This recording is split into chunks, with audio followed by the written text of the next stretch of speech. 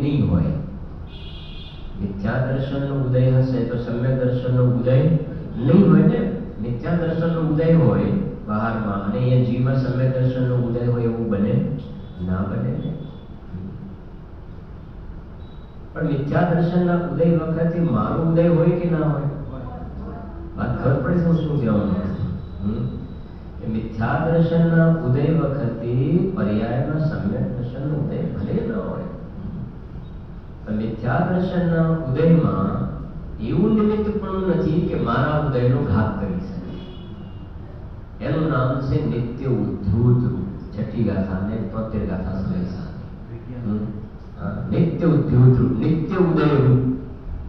સમ્યક દર્શનનો તો ઉદય થાય ત્યારે થાય, હું તો નિત્ય ઉદય રૂપ છું। અત્યારે કેવલ જ્ઞાન છે પર્યાયમાં?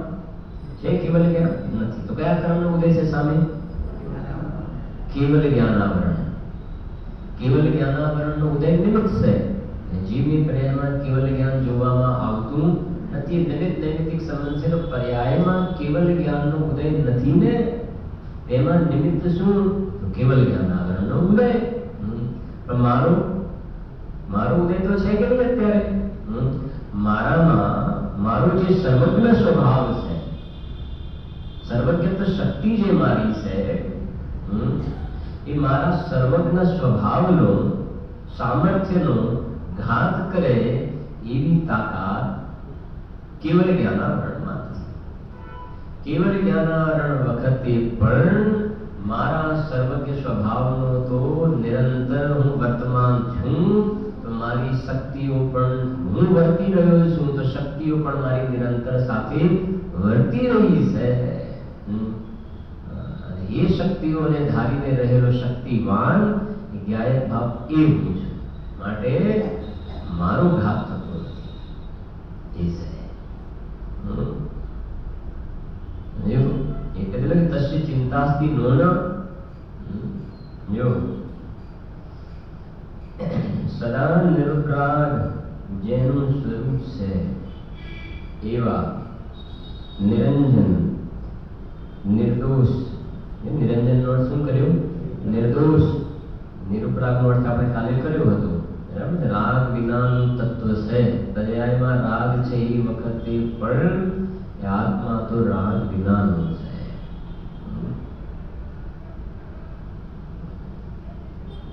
જેમ તીર્થંકર ભગવાનને એ મુનિ દશા વખતે ये तीर्थंकरना जीव ने जे उपसर्ग वगैरह थाय, कोई देव उपसर्ग करे, कोई मनुष्य उपसर्ग करे, पत्थरोना करा वरसावे, तिर्यंचीकृत एवा उपसर्ग करे, विक्रिया કરીને ઉપસર્ગો કરે। એ તીર્થંકરના જીવ માટેનો નિયમ છે કે એક ઉપસર્ગ એમના શરીરને સ્પર્શ નથી કરતો, उपसर्ग डायरेक्ट टच नहीं करे। जेवी रीते ये उपसर्ग भगवानना शरीरने स्पर्श नहीं करतो ने, एवी रीते राग द्वेषना विखानी परिणाम जे उपसर्ग रूप छे ने ए अंदरमां पोताना भगवान आत्माने स्पर्श करता नथी। एम नाम छे निरंजन छे, तो निर्दोष छे, निरुपराग छे। एनी अंदर कोई पण प्रकारनो दोष આવ્યો નથી। પર્યાયમાં ભલે ગમે તેવા પ્રકારના ભૂમિ કક્ષાના પરિણામ હોય તો પણ ક્યારેક ભાવ તો દૂધે ધોયેલો ક્લીન ચીટ જેને કહેવામાં આવે નિર્દોષ છે। આગળ ગાથા આવશે 43-44 નિર્દોષ છે આત્માને કહ્યું છે, નિરંજન નિર્દોષ। જો निरंजन निर्दोष निज परमात्मा तत्व ने जो बदे लख्યું परमात्मा तत्व આગળ શબ્દ કયો લખ્યો છે? નિજ પરમાત્મા તત્વ ને। બોલો નિજ પરમાત્મા તત્વ ને, એનો મતલબ એ છે કે આ કોઈ બહારના પર્યાયના કોઈ પરમાત્મા થયા એની વાત તો છે નહીં। પોતાને જ અત્યારે પરમાત્મા કહ્યું છે, તો પોતાને પરમાત્મા તરીકે કહ્યો तो पर्याय में बहिरात्मपणु है। पर्याय अपेक्षा अज्ञानी जीव ने बहिरात्मपणु वखते पण जे निरुपराग ने निरंजन तत्व से ये तो परमात्मा स्वरूप विराजे છે। જેમ સિદ્ધ ભગવાનને પરમાત્મા કહેવાય, અનંત ભગવાનને પણ શું કહેવાય? પરમાત્મા। તો પરમાત્મામાં રાગ હોય કે ના હોય? પરમાત્મામાં દોષ હોય કે ના હોય? પરમાત્મામાં મલિનતા હોય? પરમાત્મામાં અધુરાશ હોય ના હોય? ને ઉણપ હોય, અશુદ્ધતા હોય ના હોય, મલિનતા ન હોય? તો હું પણ વર્તમાનમાં પરમાત્મા છું।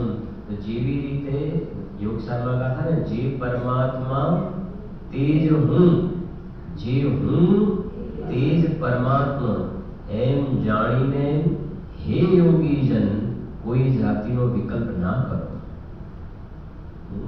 વિકલ્પ ના કરો, કેમ કે આ પરમાત્મા તત્વ એ તો વિકલ્પ વગરનું તત્વ છે ને। આ એની વાત છે। જેમ ભાઈ ભગવાનને કહ્યું, ભગવાનને વિકાર ન હોય, અધુરાશ ન હોય, અશુદ્ધતા ન હોય, તો હું પણ પરમાત્મા છું, તો મારામાં કોઈ પણ પ્રકારની મલિનતા, અશુદ્ધતા, અધૂરાપણું, અલ્પજ્ઞપણું એ મારામાં નથી। હું તો અત્યારે જ નિર્દોષ, સર્વજ્ઞ સ્વભાવી અંદરમાં વિદ્યમાન છું। પ્રગટ થાય એ દશાની વાત નહીં।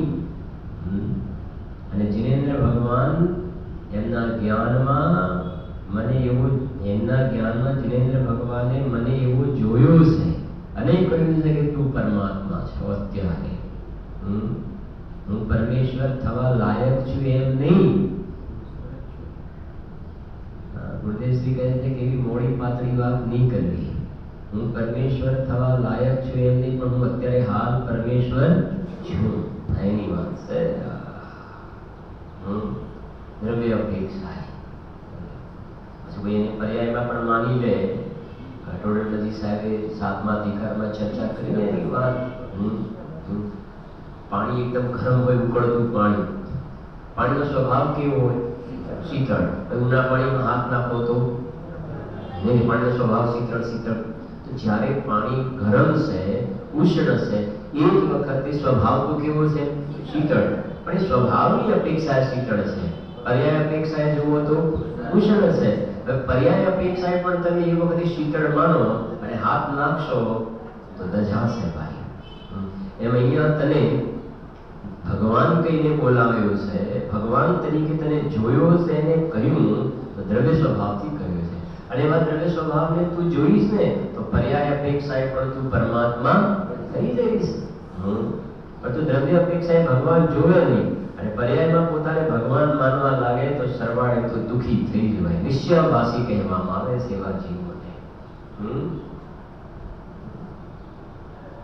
જો સદા નિરુપરાગ જેનું સ્વરૂપ છે એવા નિરંજન નિર્દોષ નિજ પરમાત્મ તત્વને ખરેખર દ્રવ્ય કર્મના જઘન્ય, મધ્યમ કે ઉત્કૃષ્ટ સ્થિતિ બંધના સ્થાનો નથી। આ પહેલી વાત।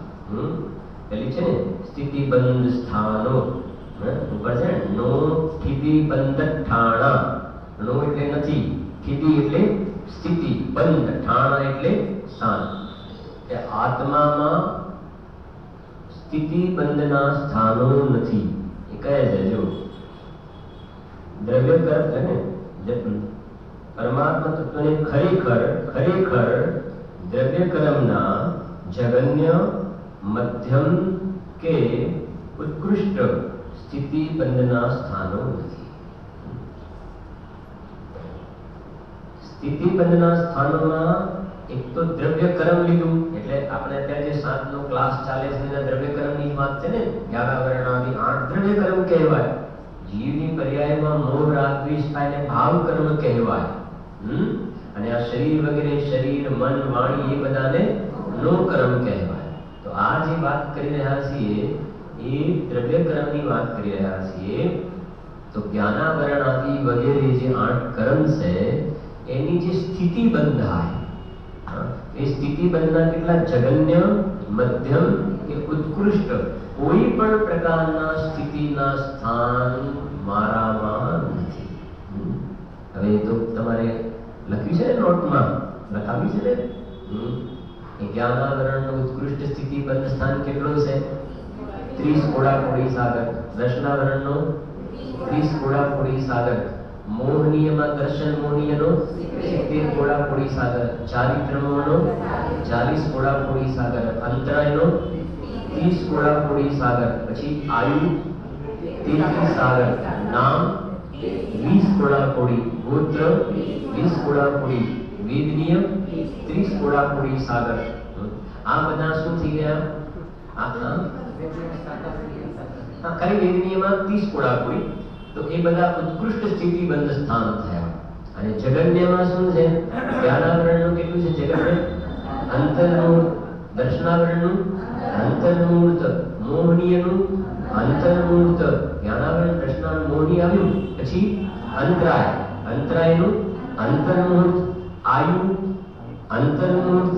નામકરમ 8 મૂર્ત. ગોત્ર 8 મૂર્ત. વેદ નિયમ 12 મૂર્ત. થઈ ગયા બધા થઈ ગયા ને? જ્ઞાનાવરણ દર્શનાવરણ મોહની અંતરાય આયુ નામ ગોત્ર અને વેદ નિયમ. એ બધા જગન્ય સ્થિતિ સ્થાન થઈ ગયા. ઓછામાં ઓછા સ્થિતિ સ્થાન. અને પેલા શું થઈ ગયા? મધ્યમ. અને જગન્ય અને જગન્ય અને પેલા ઉત્કૃષ્ટ થઈ ગયા. જગન્ય અને ઉત્કૃષ્ટ વચ્ચેના જે સ્થિતિ સ્થાન છે એ બધા સ્થિતિ સ્થાન કેવા કહેવાય છે? મધ્યમ સ્થિતિ સ્થાન કહેવામાં આવે છે.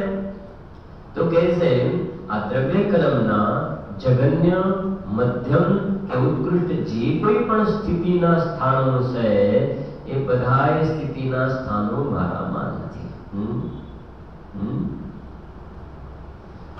સિદ્ધ પરમાત્મા છે ને, સિદ્ધાલયમાં બિરાજે સિદ્ધ ભગવાન. એમને આ બધા સ્થિતિ સ્થાનમાંથી હોય કે ના હોય? એકે કર્મની સ્થિતિ હોય? ના હોય ને. તો કહે છે કે સિદ્ધ સમાન સદા પદ મેરો. જે રીતે સિદ્ધ ભગવાનને પર્યાયની અંદર આ સ્થિતિ નથી જોવામાં આવતી. દ્રવ્ય સ્વભાવમાં તો નથી, પર્યાયમાં પણ એને નીકળી ગઈ છે. પર્યાયની અંદર જે દશા પ્રગટ થઈને દ્રવ્ય સ્વભાવમાં સામર્થ્ય. તો એવો જ મારો સ્વભાવ છે.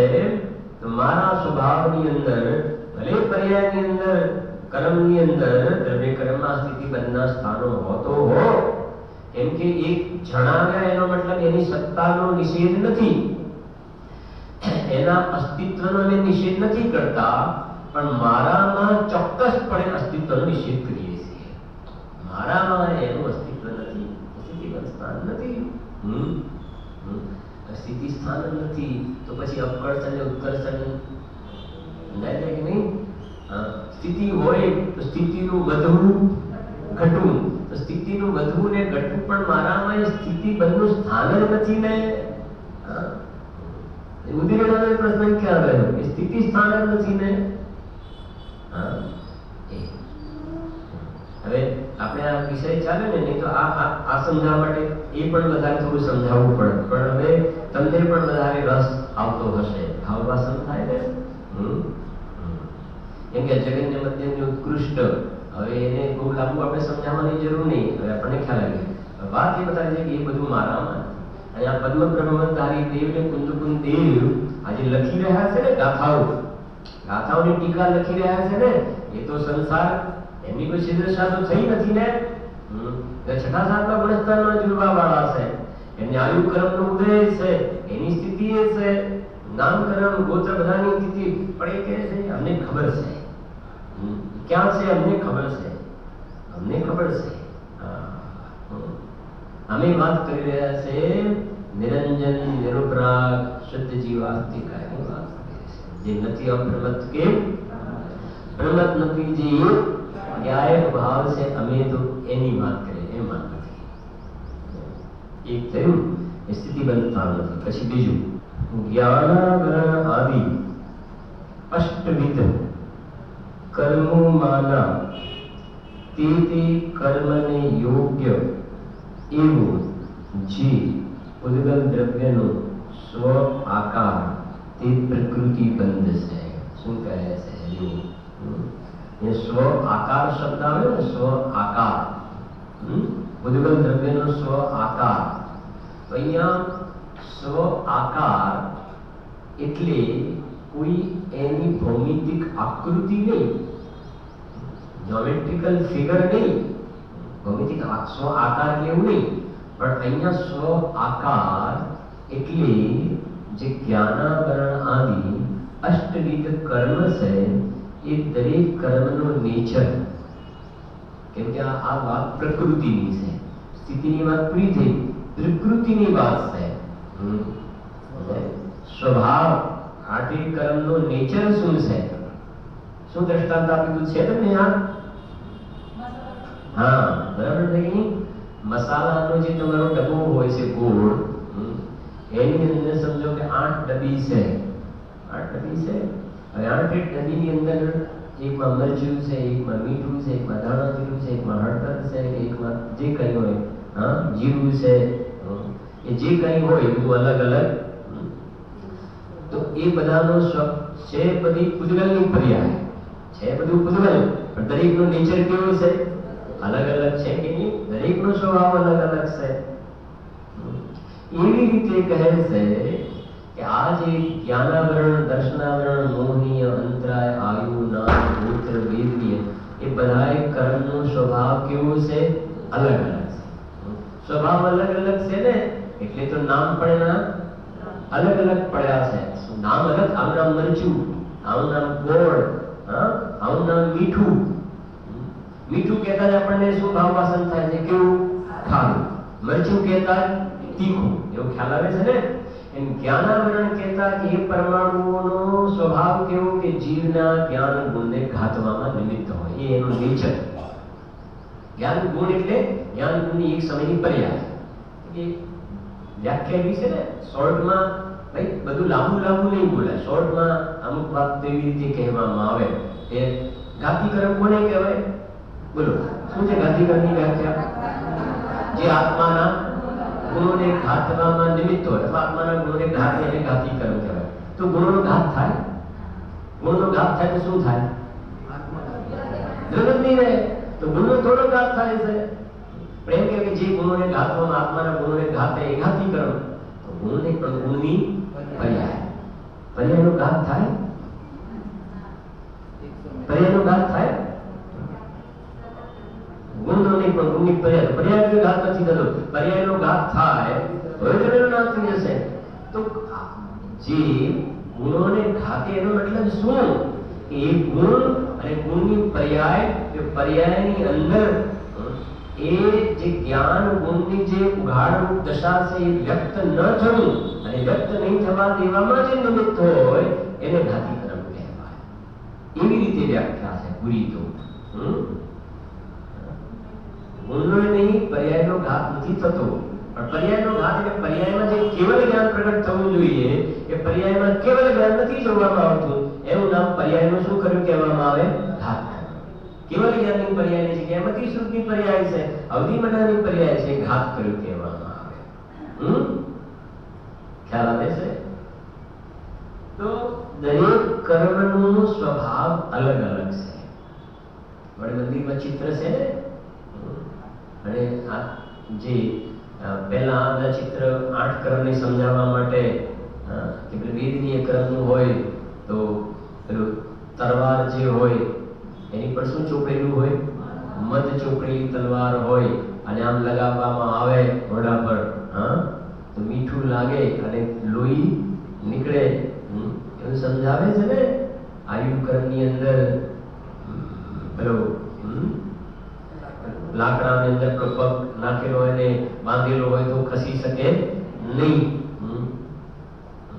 આયુ કર્મનો ઉદય જ્યાં સુધી છે ત્યાં સુધી જીવને ત્યાં સુધી રહેવું પડે.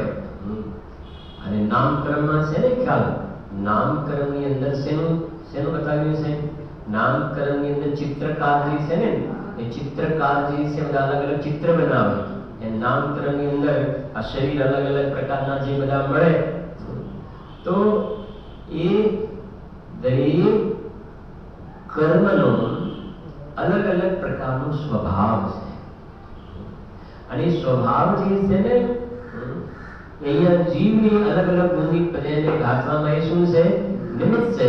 તો જેનો જેવો સ્વભાવ એ પ્રકારે એનું નામ પડે છે. હવે અહીંયા એ કહે છે વાંચજો, જ્ઞાનાવરણ આદિ અષ્ટવિધ કર્મોમાંના તે કર્મને યોગ્ય એવો જે ઉદ્ગલ દ્રવ્યનો સ્વ આકાર, આઠે કર્મનો સ્વ આકાર માને દરેકનો જે સ્વભાવ છે તેને શું કહેવામાં આવે છે? પ્રકૃતિ બંધ કહેવામાં આવે છે. પ્રકૃતિ બંધ. તેના સ્થાનો નિરંજન નિજ પરમાત્મા તત્વને નથી. આ આઠ તો મૂળ પ્રકૃતિ થઈ. જ્ઞાનાવરણાની અષ્ટવિધ કર્મ એ તો મૂળ પ્રકૃતિ થઈ ને. અને ઉત્તર પ્રકૃતિ કેટલી છે? ઉત્તર પ્રકૃતિ તો પછી એના થઈ જશે ને. જ્ઞાનાવરણના 5, દર્શનાવરણના 9, મોહનીયના 28, અંતરાયના 5, આયુના 4, નામના 3, ગોત્રની 2, વેદનીયની 2. એ બધી ઉત્તર પ્રકૃતિ છે. બધાનો સ્વભાવ અલગ અલગ છે. બધાનો સ્વભાવ અલગ અલગ છે. જેમ સંજ્વલન કષાય એ ઉદય અહીંયા જીવને યથાખ્યાત ચારિત્ર નહીં થવા દેવામાં એનો સ્વભાવ છે. પ્રત્યાખ્યાનાવરણનો ઉદય, તો પ્રત્યાખ્યાનાવરણનો ઉદય છે તો સકલ ચારિત્ર અહીંયા નહીં જોવામાં આવે. એ એનો નેચર છે. ખ્યાલ આવે છે?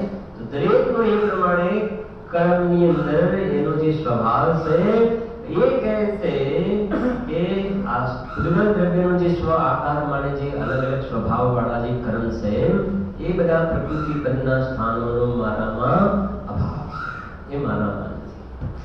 સ્થિતિબંધ સ્થાન છે, પ્રકૃતિબંધ સ્થાન. હવે કહે છે અશુદ્ધ અંતઃ તત્વના. શબ્દ કેવો વાપર્યો? અશુદ્ધ અંતઃ તત્વ. એટલે અંદરમાં જે ત્રિકાળી ધ્રુવ દ્રવ્ય જે છે એ શુદ્ધ અંતઃ તત્વ છે. જે સમ્યક દર્શનનો વિષય જે છે એ શુદ્ધ અંતઃ તત્વ. અને એક સમયની જે પર્યાય જે છે એ પર્યાયને શું કહે છે? અશુદ્ધ અંતઃ તત્વ. જે પર્યાયમાં મોહરાગ વિષના પરિણામ છે ને એ અંતઃ તત્વ કહ્યું ને એટલે જીવની પર્યાય, પણ અશુદ્ધ અંતઃ તત્વ એટલે મલિન પર્યાયની વાત છે. અશુદ્ધ અંતઃ તત્વના અશુદ્ધ આત્માના અને કર્મ ઉદ્ગલના પ્રદેશોનો પરસ્પર પ્રવેશ તે પ્રદેશ બનશે. શું કહે છે અહીંયા? અશુદ્ધ અંતઃ તત્વના કે અશુદ્ધ આત્માના અને પછી શું લખ્યું છે? કર્મ ઉદ્ગલના પ્રદેશોનો. તો પ્રદેશનો શું અહીંયા? પ્રદેશ એટલે કર્મ ઉદ્ગલના પ્રદેશ એટલે પરમાણુઓની સંખ્યા. પ્રદેશ એટલે શું? પરમાણુઓની સંખ્યા. આ પ્રદેશ એટલે ક્ષેત્રનું નાનામાં નાનું માપ પ્રદેશ. આ એ પ્રદેશ નહીં. આપણે પહેલા પણ કહીએ છીએ વાત. આત્મા કેટલા પ્રદેશી છે? અસંખ્ય પ્રદેશી. એ પ્રદેશની વાત નથી. ઉદ્ગલ દ્રવ્ય કેટલા પ્રદેશી? પરમાણુ એક પ્રદેશી. આની વાત નથી. અહીંયા તો પ્રકૃતિ, પ્રદેશ, સ્થિતિ, અનુભાગ. તો એમાં પ્રદેશ શબ્દ આવે ત્યાં પ્રદેશનો અર્થ પરમાણુઓની સંખ્યા. બરાબર? તો આ પ્રકૃતિનો બંધ થયો, એની સ્થિતિ પડી, તો પછી સાથે શું હશે? પરમાણુ. પ્રકૃતિનો બંધ થયો, જ્ઞાનાવરણનો બંધ થયો, પરમાણુ તો હોય કે ના હોય? જ્ઞાનાવરણનો બંધ થયો. જેમ મરચું છે ડબ્બીમાં, તો મરચાના પરમાણુ તો હોય ને. એમ જ્ઞાનાવરણના પરમાણુ, દર્શનાવરણના, મોહનીયના જે પરમાણુઓ છે એને શું કહેવામાં આવે? પ્રદેશ. અને એ પ્રદેશોનો, એ પરમાણુઓનો આ અશુદ્ધ તત્વ એ આત્માની સાથે નિમિત્ત નૈમિત્તિક સંબંધ છે. તો એ પ્રકારેનો આત્માની સાથે શું છે? બંધ જોવામાં આવે. એક ક્ષેત્રાવકાશ સંબંધ છે, એક ક્ષેત્રાવકાશ સંબંધ છે આત્માની સાથેનો. એ પણ અશુદ્ધ અંતઃ તત્વ સાથે ક્ષેત્રાવકાશ સંબંધ છે, શુદ્ધ જીવાસ્તિકા સાથે નહીં. એના માટે તો નાસ્તિ સર્વોપી સંબંધ. મારે કોઈની સાથે સંબંધ નથી. જગતમાં કે મારે કોઈની સાથે સંબંધ નથી રાખવો. તમારે જે કેવું હોય કહો, મારે સંબંધ નથી રાખવો. એમ અત્રિકાળી ધ્રુવનો એનો એક નિયમ છે કે બસ હું ભલો ને મારું ઘર ભલું. હું ભલો ને મારે કોઈની સાથે સંબંધ રાખવો. સંબંધ રાખવામાં કોઈ મજા નથી. જગતમાં કહે ને સંબંધ રાખવામાં કોઈ મજા નથી. આ તો સંબંધ બગડે એટલે બોલે, સંબંધ રાખવામાં મજા. આ તો પહેલેથી બોલે છે કે બીજા સાથે સંબંધ રાખે ને તો ગાથા સમયસાની એકડે એક બગડે બે. બીજાની સાથે સંબંધ રાખ્યો ને તો વિસંવાદીની કથા ઊભી થઈ, બંધની કથા. એમાં ન્યાય ભાવ કહે છે તો હું તો એકલો છું, પર્યાય વિનાનો છું, પર્યાય વિનાનો છું તો પછી શરીર વિનાનો અને મકાન વિનાનો એ બધાનું મારે કહેવાની કોઈ જરૂર રહેતી નથી. તો એની સાથે મેં છેડો ફાડી નાખ્યો છે ને સંબંધ રાખીને કોઈ ફાયદો પરમાત્મા છે. અને જગતમાં પણ આ જીવે સંબંધ રાખીને શું કર્યું? થોડી વાત કરીએ. સવારનું વ્યાખ્યાન છે તો નકુલ અને સહદેવના જીવે યુધિષ્ઠિર, ભીમ અને અર્જુન સાથે સાધનીના રાગનો સંબંધ કર્યો તો શું થયું? એનાથી શું થયું? નકુલ અને સહદેવને સર્વા સિદ્ધિમાં જવાનો પ્રસંગ આવ્યો. 33 સાગરની દેવની સ્થિતિ બંધાઈ, સંબંધ બાંધ્યો હતો. અને યુધિષ્ઠિર, ભીમ અને અર્જુન સંબંધ ના સ્થાપ્યો અને પોતાના આત્માની સાથે હું ભલો ને મારો આત્મા ભલો, ભગવાન બની ગયા. ખ્યાલ આવે છે કે નહીં? એ છે. આને તો અમારે આટલા સાથે સંબંધ, આટલા સાથે સંબંધ, ધંધો કરવો હોય સંબંધ રાખવા પડે. વ્યાખ્યાવાની એવી હોય ને, સંબંધ મેન્ટેન કરવા પડે. પાછું બોલે મેન્ટેન કરવા પડે. માર્કેટિંગનો પણ એક પ્રકાર છે. અને ઘણા તો ત્યાં સુધી હોય સંબંધ રાખવા વાળા હોય તો કોઈને ત્યાં જઈએ તો આપણે એની દુકાન પર જઈએ તો ચા ના પીતા હોય તો બજારની ચાની છૂટ રાખી છે, કેમ કે સમજાય છે કે નહીં? અને વળી કોઈ વખત કોઈ વ્યસનની પણ છૂટ રાખે ધંધો કરવા માટે. અને બધા પેલા બહારના મોટા સાહેબો હાઈફાઈ કહેવાતા હોય, સિગારેટ વગેરે પણ એકબીજાની સાથે સંબંધમાં હોય. બાકી આવું જગતમાં ચાલે છે, હોય છે કે નથી હોતું? મોટા મોટા સાહેબોને સાચવવા માટે શું કરે? અમારે તો એવું નથી, પણ સાહેબોને સાચવવા માટે સાહેબ સંબંધ રાખે તો આ છે સ્થિતિ. ભાઈ અહીંયા તો કહે છે સાચા દેવ શાસ્ત્ર ગુરુ સાથે તું સંબંધ રાખે છે તો પણ અનર્થનું કારણ છે. શું કહે છે? આ રહંત અને સિદ્ધ ભગવાન અજનેન્દ્ર ભગવાનની વાણી સાથે તું સંબંધ રાખે છે એ પણ સંસારનું કારણ છે. તો પછી બહારના જેના લક્ષ્ય જીવને પાપના પરિણામ થાય તો એ સંબંધને તું સંબંધ મેન્ટેન કરવાનું તું તો કહે છે. પાછું સંબંધ વધારવાનું કરે છે. હવે તારે વધારવા છે, હજુ તો મેન્ટેન કરવા છે. આપણે ગ્રુપ બનાવીએ છીએ, ગ્રુપ બનાવવાથી ફાયદો થાય. જેટલા કોન્ટેક્ટ વધે એટલો શું એનો ગૌરવ અને પ્રાઇડ. આપણું બહુ મોટું સર્કલ છે, બહુ મોટું ગ્રુપ છે. અમે કહીએ છીએ કે ભલે તારું ગ્રુપ હોય વાંધો નહીં, પણ એમાંથી તું એ બધાની સાથે તત્વ ચર્ચા કરી શકે છે કે નથી કરી શકતો? એટલો જવાબ આપ. અમને વાંધો નથી, અમને વાંધો નથી. કોઈની સાથે તું આ ભેદ વિજ્ઞાની ભગવાન આત્માની વાત કરી શકતો હોય તો એક દ્રષ્ટિએ ચલો અમને મંજૂર છે. એ તો વાત છે નહીં, ત્યાં તો અધઃપતનની જ વાતો છે. અને અહીંયા તો વાત એ છે કે આ તત્વ ચર્ચાની વાત છે. તત્વ ચર્ચા સાધનની સાથે ચર્ચા કરવાની વાત છે. આ નિયમ સારમાં તમને ગાથા બતાવું છું.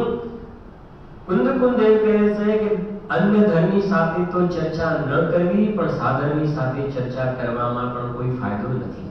આ નિધિ મળી છે ને તો લખી છે ને, કોઈને મકાનનું ખોદકામ કરતા સોનાના ચરુ મળે તો જાહેરાત નહીં કરે, સરકારને નહીં કહે તો સરકાર લઈ જશે. એ મળ્યું છે ને તો બેઠો બેઠો એકલો ભોગવશે. એકલો ભોગવશે, જાહેરાત નહીં કરે. એમ કહે છે આવા તને ભગવાન બનવાની વાતો નિધાન મળ્યા છે ને તો અંતરસન્નું દ્રષ્ટિ કરીને જેમ સોગાનીજી સાહેબ સોનગઢમાં સમિતિના એક રૂમમાં બેસી ગયા અને બસ બધાની સાથે છેડો પાડી નાખ્યો અને અંદર રાગ અને જ્ઞાન ભિન્ન છે. આત્માનો અનુભવ કરી ગુરુદેવજી કેટલી વાર કે જુઓ એક રાતમાં સમ્યક દર્શન. ટાળો ગાથા પાછળ છે, છેલ્લે આવે છે 180 ગાથા છે. ટાળો કઈ છે? મુક્તિ પામીને છે ને ગાથા છે. મુક્તિ પામીને જન કોઈ વતને રહીને ફળ ભોગવે. બે ત્રણ ગાથાઓ સરસ છે, પાછળ છે ત્યાં. નિધિ પામીને જન કોઈ વતને રહી જે ફળ ભોગવે છે ને. તમારી ગાથામાં ક્યાંક આવે છે. हाँ 157 गाथा છે ચાલો પહેલા ત્રણ 156 ગાથા 156 ગાથા આનું 306 આનું 306 ગાથા છે 156 जो लखे છે શું કહે છે છે જીવ વિદ વિદ કર્મ વિદ વિદ લક્તિ છે વિદ વિદ રે તે કારણે નિજ પર સમ સહેવાદ પરિહતવ્ય છે કે નહીં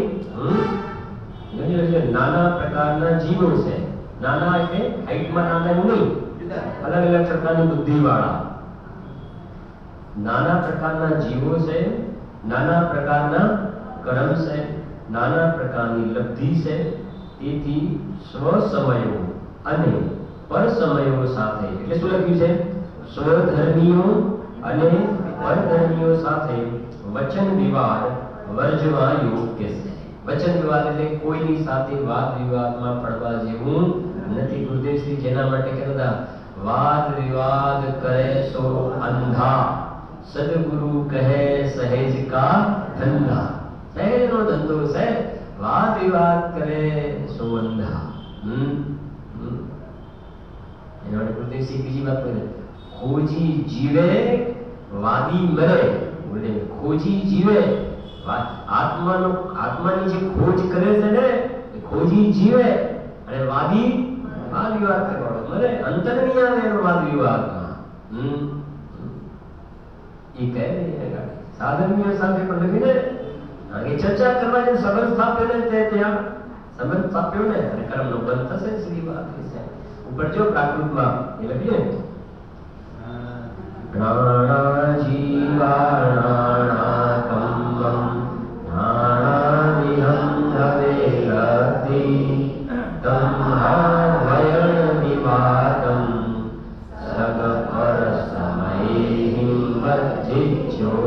છે કે નહીં તો શું કરવું તો એટલા માટે કહે છે 157 માં જો કે વાત યાદ નહીં કરો તો શું કરવું ગુરુદેવ ને તમને જો ખ્યાલ હોય તો ગુરુદેવ શ્રી માટે આપણે કહીએ ને no reply is the best reply આ ગુરુદેવનું સૂત્ર નો રિપ્લાય એટલા કે સામે વાળાને એમ જાણે કે ખરેખર એને સમજવાની જિજ્ઞાસા છે પાત્રતા દેખાય તો કહે બાકી લાગે ગુરુદેવ શ્રી નથી ને પાલિતાણામાં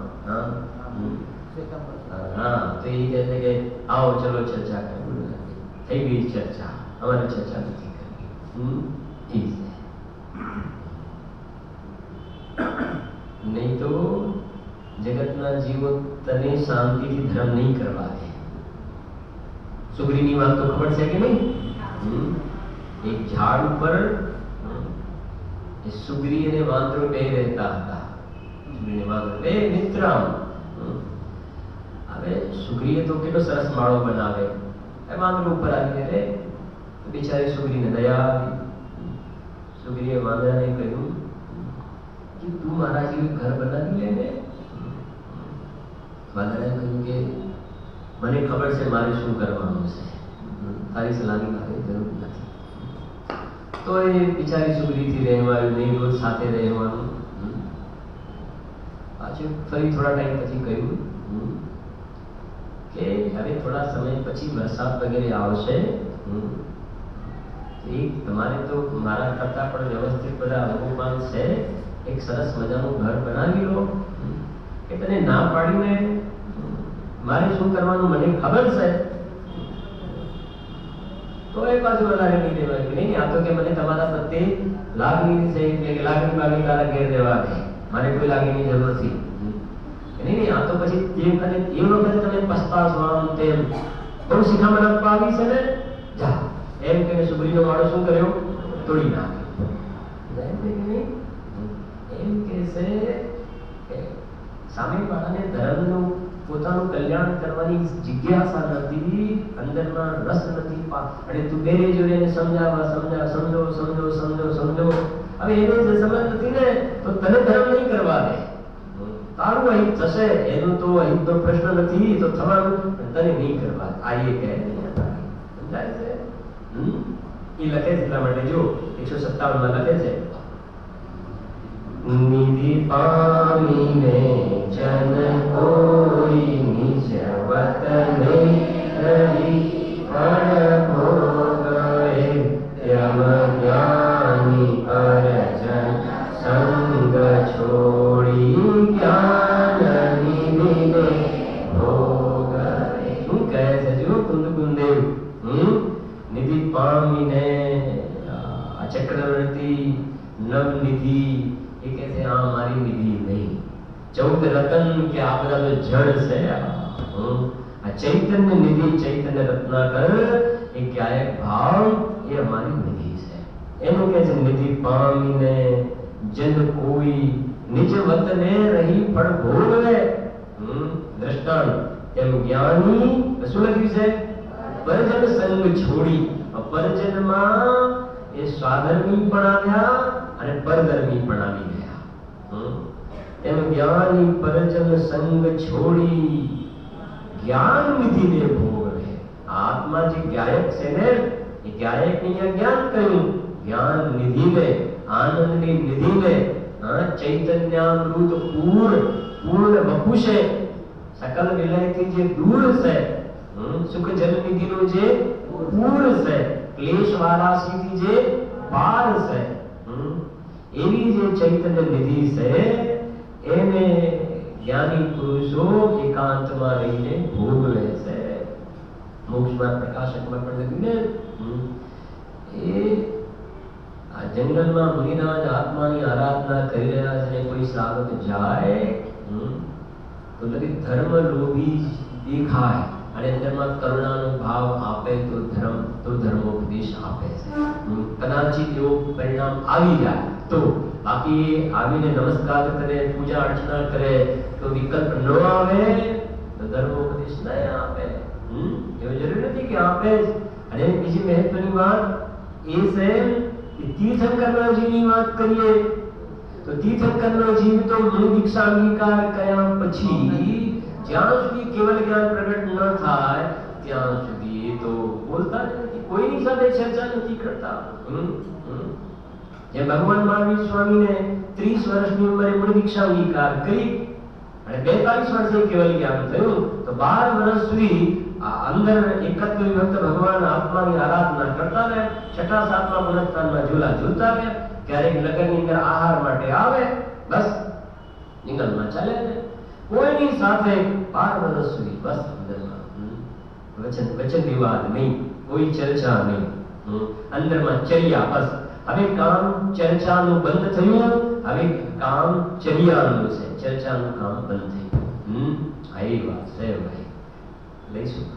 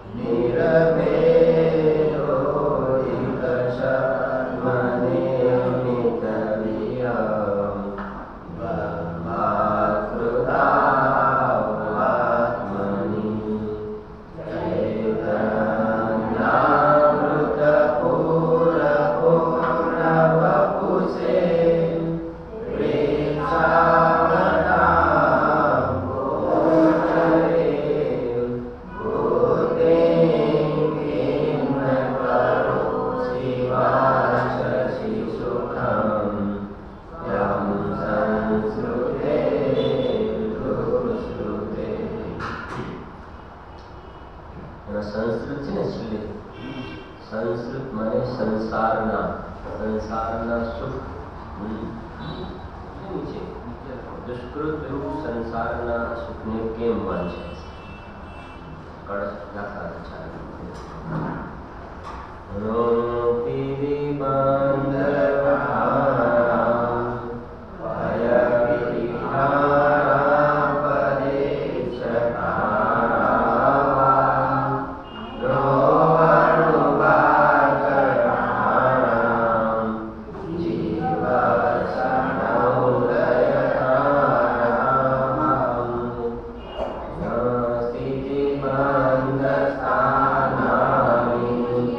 પ્રકૃતિ સ્થાનાની પ્રદેશ સ્થાનાની વા જ્ઞાનુભાગ સ્થાનાની જીવસ્યોદય સ્થાનાની વા સ્થિતિ બંધસ્થાનો પ્રકૃતિ સ્થાન પ્રદેશના સ્થાનો નહીં અનુવાદના નહીં સ્થાન જીવની ઉદયના સ્થાનો નહીં. ટીકામાં ત્રીજી લીટી છે સદા નિરુપરાગ જેનું સ્વરૂપ છે એવા નિરંજન નિર્દોષ નિજ પરમાત્મ તત્વને જગતમાં નાના બાળક માટે એમ શબ્દ પ્રયોગ કરાય કે નાનું બાળક છે. નાનું બાળકને શું કહીએ છીએ? નિર્દોષ છે. એને શું સમજણ પડે? તો જગતમાં કહેવાય નાનું બાળક છે, નિર્દોષ છે, એને શું સમજણ પડે? અને અહીંયા જે જાણનારો ભગવાન આત્મા છે એને શું સમજણ ના પડે? નાના બાળકમાં નિર્દોષની વ્યાખ્યા એને શું સમજણ પડે? નાનું છોકરું છે અને આ આત્મા એને શું સમજણ ના પડે? અને એવું એક પણ કે બાકી નથી કે જે ભગવાન આત્મામાં જાણવાનું સામર્થ્ય ન હોય. લોક ને અલોક ને એક સમયમાં કોળીઓ કરવાની તાકાત એ કેવલ જ્ઞાનની એક સમયની પર્યાયની તાકાત છે.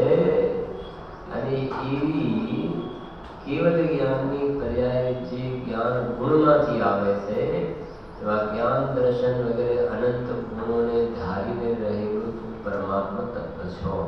એનું નામ નિર્દોષ નિરંજન નિષ્પરમ તત્વ છે. એ કહે છે એ નિર્દોષની વ્યાખ્યા છે સાચી. તો એ તો નિર્દોષ જગતમાં ઘણી વાર કહે છે ને આ થોડો મોટો થાય ને એટલે વધારે સમજદાર થઈ જાય છે. વધારે સમજદાર એટલે ખ્યાલ આવે છે ને નાનું છોકરું હોય એને પછી નાના છોકરાને ખબર નથી કે મારે કઈ સ્કૂલમાં મારે ભણવું. એની ચિંતા કોને છે? આ થોડો વધારે સમજદાર થઈ ગયો ને એટલે આ સ્કૂલમાં નહીં, પેલી સ્કૂલમાં ને પેલી સ્કૂલમાં નહીં, પેલી સ્કૂલમાં એને વેકેશનમાં આવા ક્લાસ કરાવવા એને આવા ક્લાસ કરાવવા. છોકરાને કઈ ખબર નથી. એટલે એ અપેક્ષા એ સ્થૂળ કથન છે. અહીંયા જે વાત છે એ તો પરમાર્થી લોકોત્તર વાત છે. આ જે આત્મા શુદ્ધ જીવાસ્તિકા તત્વ છે એ નિર્દોષ નિરંજન છે. 8 વર્ષની બાલિકાને જે સમ્યક દર્શન થાય એમને શાસ્ત્રમાં 8 વર્ષનું બાળક હોય એને પણ આ નિર્દોષ એવા ભગવાન આત્માના આશ્રય સમ્યક દર્શન જ્ઞાન ચારિત્ર્યની નિર્દોષ દશા પ્રગટ થઈ શકે છે. એને નિર્દોષપણું કહેવાય છે. પર્યાયમાં પ્રગટ થવી. અને દ્રવ્ય સ્વભાવ તો ત્રિકાળ નિર્દોષ છે. બાકી જ્યાં પર્યાયમાં મિથ્યાત્વ અને રાગદ્વેષ છે ત્યાં તો દોષ જ છે ભાઈ. જો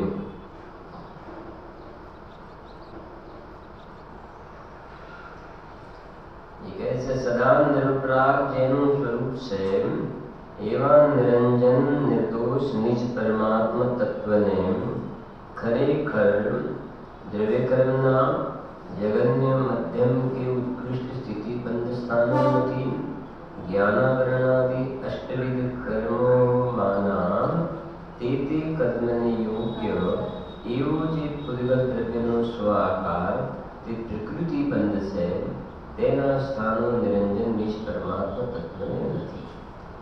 ત્યાં સુધી થઈ વાત આગળ છે.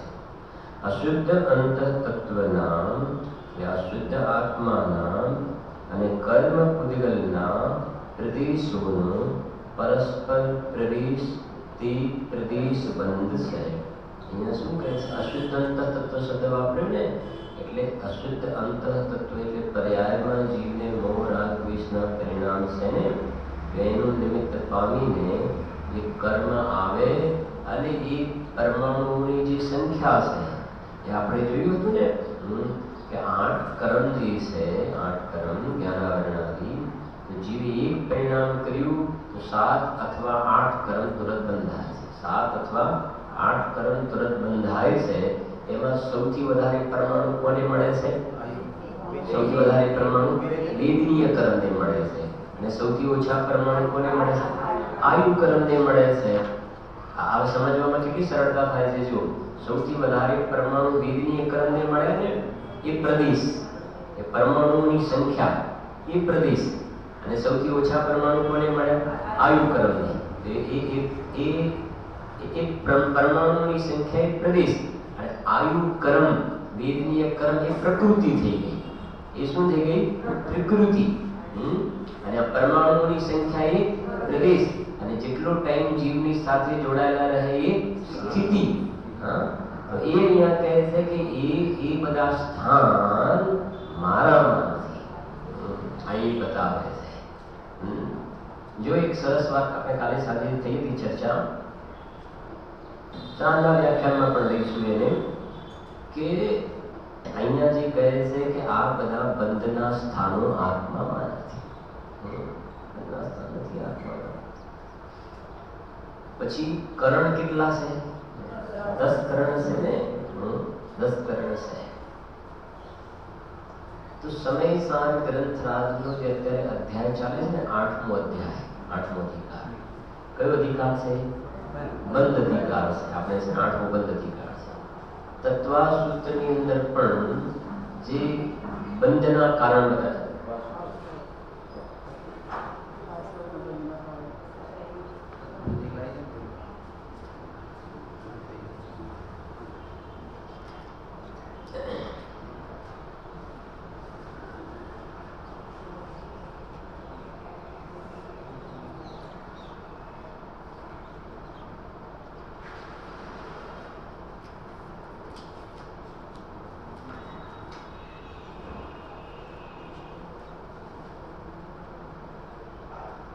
જે તત્વા સૂત્રનો જે 8મો અધ્યાય છે ને, ત્યાં પહેલું સૂત્ર છે બંધના કારણ.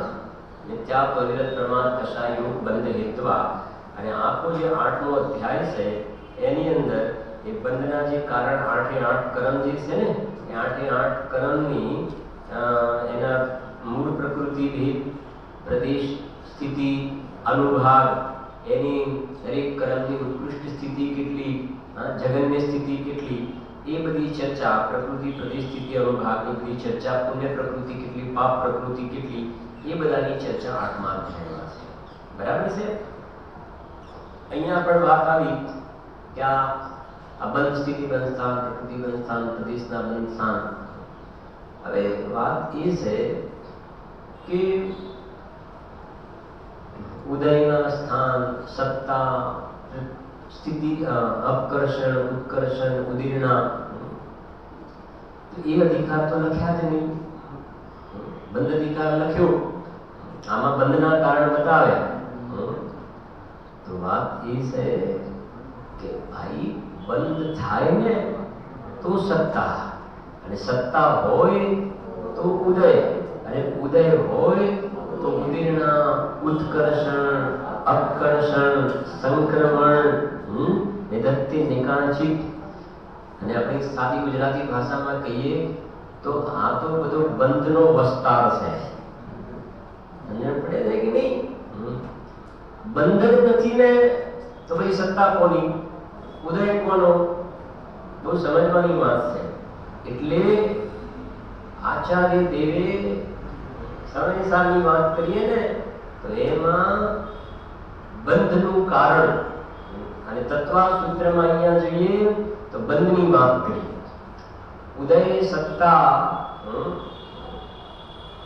ઉત્કર્ષણ અપકર્ષણ નિધત્તિ નિકાચિત છે બધું, પણ પહેલું બંધ હોય તો પછી આગળ સત્તા અને ઉદયની વાત ચાલે છે.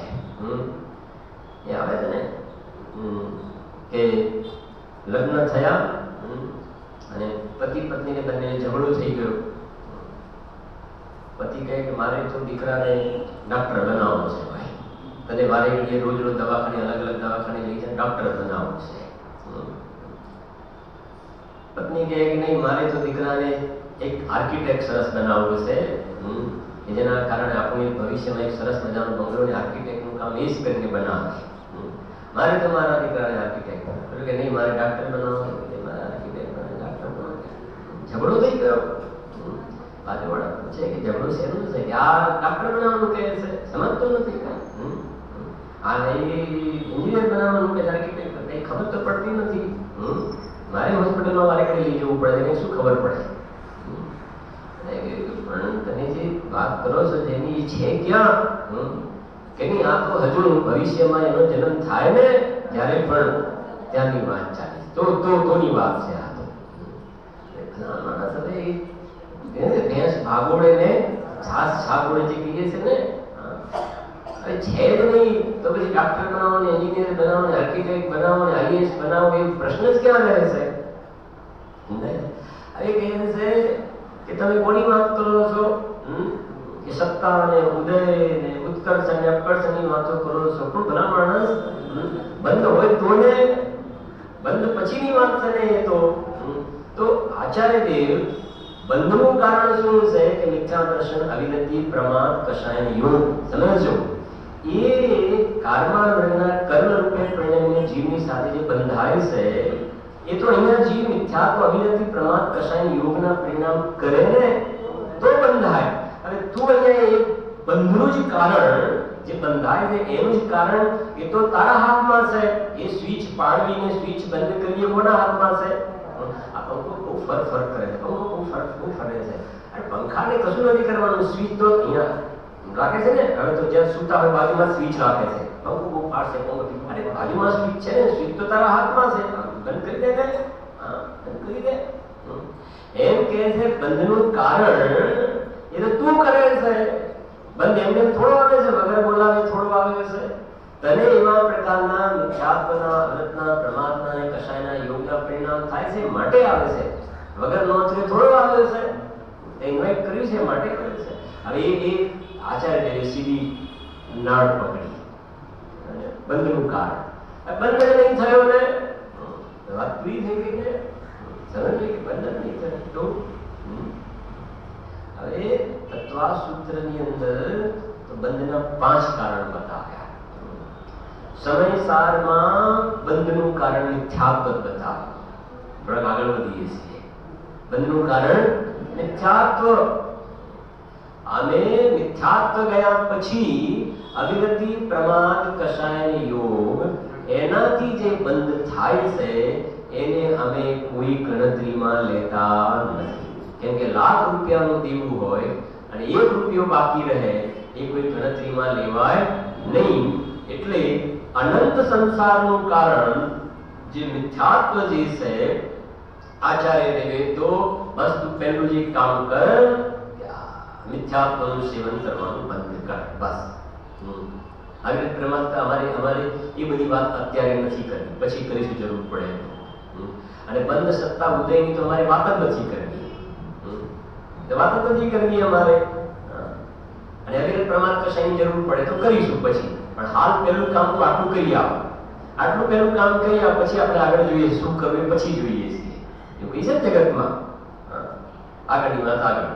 તો એ કહે છે કે બસ મિથ્યાત્વ ગયું ને તો પછી તારે અમને પૂછવું નહીં પડે કે હવે શું, તો કે હવે જે દોષ બચ્યો છે એ કોઈ વેલ્યુએબલ નથી, દમ નથી એની અંદર. સમજ પડે છે.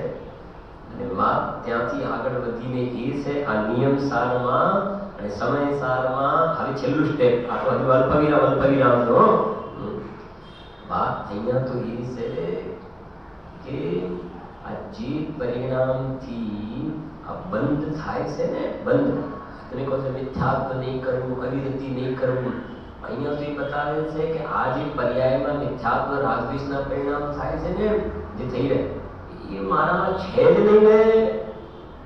જે પરિણામથી મિથ્યાત્વ બંધાય છે ને એ પરિણામ પ્રીતિ અપ્રીતિથી રહિત છું, હર્ષના અને અહર્ષના સ્થાનથી હું તો રહિત છું, પ્રશસ્ત અને અપ્રશસ્ત જે પરિણામ છે એનાથી હું તો રહિત છું ને. એ બંધ તો નથી, પણ બંધનું કારણ પણ મારામાં નથી. બંધ તો નથી પણ બંધનું કારણ પણ નથી. અને એનાથી આગળ વધીને વાત કરીએ તો મારામાં મોક્ષ તો નથી, પણ મોક્ષનું કારણ એવી મોક્ષ માર્ગની પર્યાય પણ મારામાં નથી.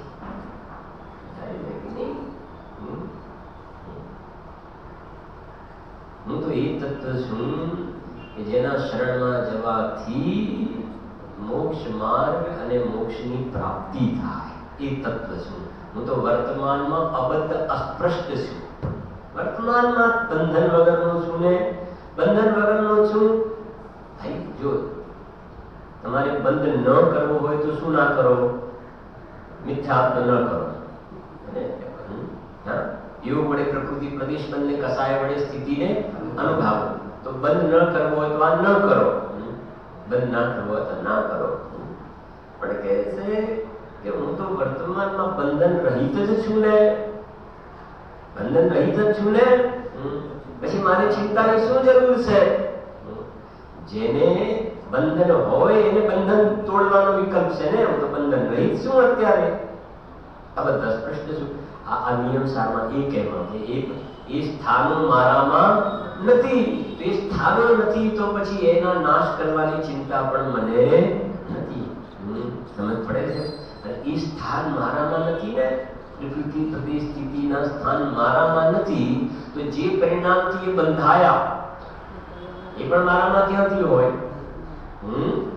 આ એ કહે છે. જો પ્રદેશની વાત આવી ને કે 8 કર્મ જ્ઞાન આવરણ, તો એ આયુ કર્મને ઓછા પરમાણુ મળે, વેદનીય કર્મને સૌથી વધારે. એ જે પરમાણુની સંખ્યા એને અહીંયા પ્રદેશ કહેવામાં આવે છે. અને એ જીવના વિકારી ભાવોનું નિમિત્ત પામીને એ જીવની સાથે એક ક્ષેત્રાવગાહ એનું બંધન જોવામાં આવે છે. પર્યાયમાં બંધન છે એનું એક પ્રકારે સંશ્લેષ બંધ કહ્યું ને. તો એ પ્રકૃતિ બંધ, સ્થિતિ બંધ અને પ્રદેશ બંધ એના સ્થાનો આ નિરંજન નિજ પરમાત્મા તત્વમાં નથી. એ હવે આગળ શું કહે છે જો, આ બંધના સ્થાનો પણ નિરંજન નિજ પરમાત્મા તત્વને નથી. હવે આગળ શુભ અશુભ અને શુભાશુભ, શુભ અશુભ કર્મની નિર્જરાના સમયે સુખ દુઃખ રૂપ ફળ દેવાની શક્તિ વાળો તે અનુભાગ બંધ છે. હવે આ શું છે? અનુભાગ બંધ. ગુરુદેવશ્રીએ જે નિયમ સારના પ્રવચન છે ને, કારણ કાર્ય નિયમ, એની અંદર આ ગાથા વખતે ગુરુદેવશ્રીએ ગોમટ સારને યાદ કર્યું છે કે આ બધું ગોમટ સાર છે. આ ગોમટ સાર એમ. પછી ગુરુદેવજી એક અર્થાને પછી આપણે જોઈએ છે પણ ખરા કે અહીંયા જોયું ને શુભાશુભ કર્મની નિર્જરાના સમયે, તો જે પ્રકૃતિ બંધાઈને પ્રદેશ પછી સ્થિતિ, હવે જ્યારે એની સ્થિતિ પૂરી થાય ને, સ્થિતિ પૂરી થાય જ્યાં સત્તા ના પડે છે ત્યાં સુધી તો પ્રશ્ન નથી. અત્યારે આપણે અનુભાગની વાત કરીએ છીએ. અનુભાગ એટલે ફળ આપવાની વાત છે, ફળ આપવું. તો એની સ્થિતિ પૂરી થઈને તો દરેક સમય એક એક નિષેક ઉદયમાં આવે છે. આપણે જોયું દરેક સમય એક એક નિષેક ઉદયમાં આવે. તો જે નિષેકની સ્થિતિનો કાળ પૂરો થયો ને, એટલે આજથી 1 લાખ વર્ષ પછી જે ઉદયમાં આવવાનું હતું નિષેક, 1 લાખ વર્ષ પૂરા થયા પછી એની સ્થિતિનો કાળ શું થયો? પૂરો. એ ઉદયમાં આવે ત્યાં સુધી સત્તામાં પડેલા કર્મ તો માટીના ટેફા જેવા છે, બરાબર છે કે નહીં? ફળ નથી આપતા. હવે એ કર્મ ઉદયમાં આવ્યું, તો ઉદયમાં આવ્યું ને એટલે એ ઉદયમાં આવ્યું એનું નામ એને ફળ આપ્યું. ત્યાં ફળ આપ્યું અને ફળ આપ્યા પછી એ નિર્જરા થઈ જાય છે. એ શુભ ફળ આપે અથવા અશુભ ફળ આપે. સમજાય છે કે નહીં? એટલે એ પ્રશસ્ત ને અપ્રશસ્ત જીવે જેવા ભાવ કરે છે. પુણ્ય પ્રકૃતિ ને પાપ પ્રકૃતિ. તો કાં તો સાતાનું ફળ મળે, કાં તો અસાતાનું ફળ મળે. અને એકદમ સ્થૂળ રીતે વાત કરીએ તો કોઈ જે નરકમાં ગયો છે, તો એને ફળ જે મળે છે અસાતાનું. દેવ પ્રયાગમાં ગયો તો ફળ મળે છે એને સાતાનું. સ્થિતિ પૂરી થયા પછી જે કર્મ ફળ આપે છે એ લખે છે. શુભ અશુભ કર્મની નિર્જરાના સમયે. શું લખ્યું? નિર્જરા. નિર્જરાનો સમય એટલે શું? નિર્જરાનો સમય એટલે એક ઉદય આવે. ઉદય આવે એટલે શું થયું? નિર્જરા થઈ. સમજણ પડે છે કે નહીં? બંધ થયો એટલે નિર્જરા થાય ના? સત્તામાં હોય નિર્જરા થાય. નિર્જરા એટલે ખરી જવું, નિર્જરા એટલે ખરવું. ઉદયમાં આવ્યું એનો મતલબ કર્મ શું થઈ ગયું? ખરી ગયું, પૂરી થઈ ગઈ ને. જેમાં તમે બેંકમાં 5 વર્ષ માટે મૂકી રસીદ, 5 વર્ષ ટાઈમ લિમિટ પૂરી થઈ ગઈ પછી શું થઈ ગયું? પાકી ગઈ રસીદ. પાકી ગઈ આપણે બોલે છે. હા, વિથડ્રો કરી લો, રસીદ પાકી ગઈ. એમ બાંધેલું કર્મ એનો કાળ પૂરો થયો, સ્થિતિ પૂરી થઈ એટલે કર્મ શું થયું? પાક્યું. અને એ શુભ કે અશુભ કર્મ બે પ્રકારનો પાપ કયો? પુણ્ય પ્રકૃતિ કે પાપ પ્રકૃતિ. હવે શુભાશુભ કર્મની પછી નિર્જરાના સમય. આ શબ્દ નિર્જરા એટલે ઉદયમાં આવ્યું એટલે ખરી ગયું એટલે એનું નામ નિર્જરા. હવે પછી વાત અલગ છે, સવિપાક નિર્જરા ને અવિપાક નિર્જરા. નિર્જરાના બે પ્રકાર કહે ને, સવિપાક ને અવિપાક. તો સવિપાક એટલે શું? એ નિર્જરા થઈ અને જીવ એમાં જોડાયો. ખરી તો ખરું પણ જીવ જોડાયો તો નવા કર્મ બંધાયા, તો સવિપાક નિર્જરા. ખ્યાલ આવે છે કે નહીં? અને જીવ એમાં ન જોડાય, ફળ આપે એમાં ન જોડાય એટલે પોતાના સ્વરૂપમાં જોડાય તો નવા કર્મ બંધાયા નહીં, તો એ અવિપાક નિર્જરા કહેવામાં આવે છે. તત્વસૂત્રમાં સૂત્ર છે એનું વિપાકો અનુભવ. અનુભાગ બંધ સૂત્ર છે. વિપાકો અનુભવ. વિપાક વી એટલે વિશેષ પ્રકારનો પાક અને અનુભાવ અનુભવ એટલે અનુભાગ. વિપાકો અનુભવ. વિકૃતિ પ્રદેશ સ્થિતિને અનુભાગ ચારેના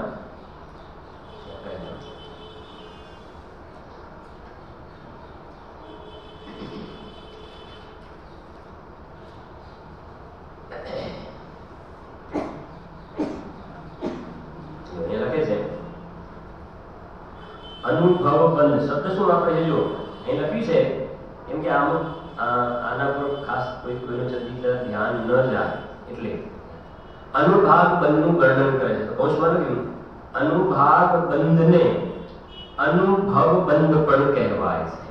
એટલે આપણે શું સામાન્ય અનુભવ એટલે આત્માનો અનુભવ થાય એને પકડી લઈશું, એટલે હું થોડું ફોકસ કરવા માંગુ છું. એક્સપિરિયન્સ અનુભવ તો જીવમાં, પણ અહીંયા જે અનુભવની વાત છે ને એ કર્મમાં અનુભવની વાત છે. એટલે અહીંયા કર્મમાં જે અનુભાગ આવ્યો ને તો અનુભાગને અનુભવ શબ્દ વાપર્યો છે. સચિન ખ્યાલ આવે છે? એટલે મેં ખાસ અહીંયા હાથમાં લીધો ગ્રંથ. જો વિપાકો અનુભવ એટલે કેવું? અનુભવ બંધનું લક્ષણ. અનુભવ બંધનું લક્ષણ. અનુભવને શું કહેવાય? અનુભાગ. તો અનુભાગ બંધનું લક્ષણ તો વિપાકો અનુભવ. હવે શું તો શું કહે છે? વી એટલે વિપાક એટલે વિવિધ પ્રકારનો પાક. વિપાક એટલે વિવિધ પ્રકારનો પાક. દરેક કર્મની અંદર અલગ અલગ પ્રકારનો પાક આવશે કે નહીં આવે? અલગ અલગ પ્રકારનો પાક, અને તે વિવિધ પ્રકારનો પાક તે અનુભવ છે, એને અનુભાગ કહેવામાં આવે છે. એ દરેક પ્રકારના કર્મમાં જે પાકવું એટલે ફળ આવવું, દરેક કર્મનું ફળ આવવું, પાકવું, એટલે કેરી કાચી હતી ને શું થઈ ગઈ? પાકી, એટલે ફળ. તો વિશેષ પ્રકારનું જે દરેકમાં પાક થાય છે, ફળ આવે છે, એને શું કહેવામાં આવે છે? અનુભવ, એટલે કે અનુભાગ કહેવામાં આવે છે. એને અનુભાગ કહેવામાં આવે છે. આ વાત કોના અનુભાગની વાત થઈ? કર્મના અનુભાગની. જો હું વાંચું છું, બહુ સરસ છે પ્રકરણ, થોડું સમજો. મૂળ કર્મનો વિપાક થતા, એટલે એનું ફળ આવ્યું, વિશેષ પ્રકારનો પાક થતા, જીવ જે પ્રકારનો વિકાર કરે તે પ્રકારે જીવે ફળ ભોગવ્યું કહેવાય છે. અહીંયા જે કરે ને એ પ્રમાણે ભોગવ્યું, અને ન જોડાય તો ન ભોગવ્યું, તેની શું થઈ ગઈ? નિર્જરા, અવિપાક નિર્જરા થઈ ગઈ. અને જીવ કેવો અહીંયા ફીલિંગ કરે છે એના ઉપર વાત છે. જેમ કે 5 પાંડવ, કર્મનો વિપાક તો આવ્યો, હવે જેને જે પ્રમાણે ત્રણે તો ભોગવ્યું નહીં અને અંદરમાં જોડાયેલા રહ્યા તો મુક્તિની પ્રાપ્તિ થઈ, અને તેને થોડું જોડાવું થયું તો એટલું ફળ ત્યાં મળ્યું, જેટલા જોડાય એટલું ફળ મળ્યું ત્યાં. તેનો અર્થ એટલો છે કે જીવને વિકાર કરવામાં મૂળ કર્મનો વિપાક નિમિત્ત છે. કર્મનો વિપાક કર્મમાં થાય, જીવમાં થાય નહીં. જીવને પોતાના વિભાગ ભાવનો અનુભવ થાય તે જીવનો વિપાક એટલે અનુભવ છે. જીવનો વિપાક, જીવે જે ફીલિંગ કર્યા ને એ જીવમાં ફળ આવ્યું, એ જીવનો અનુભવ. પૂદગલનો પાક એ પૂદગલનો અનુભવ. આ સૂત્ર પૂદગલ કર્મના વિપાક એટલે અનુભવને સૂચવનારું છે. બંધ થતી વખતે જીવનો જેવો વિકારી ભાવ હોય તેને અનુસરીને પૂદગલ કર્મમાં અનુભાગ બંધ થાય છે, અને તે ઉદયમાં આવે ત્યારે કર્મનો વિપાક અનુભાગ કે અનુભવ થયો એમ કહેવાય છે. પછી એક સૂત્ર લખ્યું છે, સમજો કે ફળ આપ્યા પછી કર્મોનું શું થાય છે? તતશ્ચ નિર્જરા. તતશ્ચ નિર્જરા એટલે ફળ આપ્યા પછી કર્મની શું થઈ જાય છે? નિર્જરા થઈ જાય. એટલે હવે આનો છે તીવ્ર, મધ્યમ કે મંદ ફળ અનુભાગ આપ્યા પછી તે કર્મોની નિર્જરા થઈ જાય છે. અર્થાત ઉદયમાં આવ્યા પછી કર્મ આત્માથી જુદા થઈ જાય છે. સમજાય છે કે નહીં? ઉદયમાં આવ્યા પછી કર્મ આત્માથી શું થઈ ગયા? જુદા થઈ ગયા. એટલે નિર્જરા થઈ ગઈ એમ કહેવામાં આવે. બરાબર છે? હવે આ લાઈનમાં જો, હવે આ નિયમ સાથે, એટલે એક ભાવ ભાષણ બરાબર થાય ને કે શું છે? જો શુભાશુભ કર્મની નિર્જરાના સમયે સુખ દુઃખ રૂપ ફળ દેવાની શક્તિ વાળો તે અનુભાગ બંધ છે. મને જીવે પૂર્વે શુભ ને અશુભ ભાવ કર્યા, શુભ ને અશુભ ભાવ કર્યા ને, અને એનાથી જે કર્મ બંધાયા અને એ ઉદયમાં આવે તો એની અંદર જે વિપાક આવ્યો એ સુખ અથવા તો દુઃખ દેવું અથવા અસુખ ને દુઃખ એટલે સાતા વેદની અને અસાતા વેદની. તો એવું નામ છે સુખ દુઃખ રૂપ ફળ દેવાની. સુખ દુઃખ રૂપ ફળ શેમાં સુખ દુઃખ નું ફળ? પૂદગલમાં સુખનું ફળ ને દુઃખનું ફળ, એ વાત છે. એક સ્થૂળ દ્રષ્ટાંત રીતે થોડું સમજવું. એક કાકડી બજારમાંથી લાવ્યા અને એક કાકડી ચાખી તો એકદમ મીઠી હતી, અને બીજી કાકડી એકદમ કડવી નીકળી, એકદમ. સમજી ગયા? હવે એ જે અનુભાગ ફળ આવ્યું ને એ જીવમાં આવ્યું છે કે પૂદગલમાં? એટલે પૂદગલમાં આવ્યું ને તો એકમાં ફળ કેવું આવ્યું? મીઠું, અને બીજામાં ફળ કેવું આવ્યું? કડવું આવ્યું. એવી રીતે આ જે કર્મ બધા ઉદયમાં આવે છે ને, જે સૂક્ષ્મ આપણે આંખેથી જોઈ શકતા નથી, છે તો પૂજગલ મૂર્તિક, એ કર્મનો સ્કંદ જે છે એની અંદર એક કટુક મધુર સ્વાદ પૂજગલ કો પીખી આવે છે. કટુક સ્વાદ અને મધુર સ્વાદ, કડવો અને મીઠો સ્વાદ, એટલે સુખ અને દુઃખનો પાક થાય એવું પૂજગલના પરમાણુની અંદર જોવામાં આવે છે. એ પૂજગલનો વિપાક છે. એ છે જો ફળ દેવાની શક્તિ વાળો તે અનુભાગ બંધ છે. એને અનુભાગ બંધ કહેવામાં આવે છે. હવે આગળની વાત, આના સ્થાનોનો પણ અવકાશ નિરંજન નિજ પરમાત્મા તત્વને વિશે નથી. આ વાત તો આ છે. આ બધી આખી કથા કરીને, આખી બધી કથા કરી, પણ સરવાળી વાત એ છે કે તમે બધું લાંબુ લિસ્ટ બધું બોલ્યા, વાત બરાબર છે અને જાણી પણ લીધું, પણ વાત એ છે કે તને કહ્યું ને કે આ છોકરાએ આવું કર્યું બહુ કે સ્કૂલમાં આટલા તોફાન કર્યા, 3 છોકરાને માર્યા છે ને સ્કૂલમાં બહુ નુકસાન કર્યું છે, રસ્તામાં પણ 2 જણને આ પ્રમાણે કર્યું છે. બધી વાત સાચી તમે કહો છો, તમે જે છોકરાની વાત કરો છો ને એ છોકરો મારો નથી. બધી તમારી મેં સાંભળી લીધું. તમે કહ્યું મને બોલવા દો નહીં, પહેલા મારું સાંભળો, બોલો તમે બોલો કે આટલું બધું નુકસાન થયું, ફર્નિચર તોડ્યું છે, તમારે એનું બધું ભરપાઈ કરવું પડશે. હવે હું બોલું કે હા બોલો, એ છોકરો મારો નથી. વાત પૂરી થઈ ગઈ ને? સમજાય છે? આ એવી વાત છે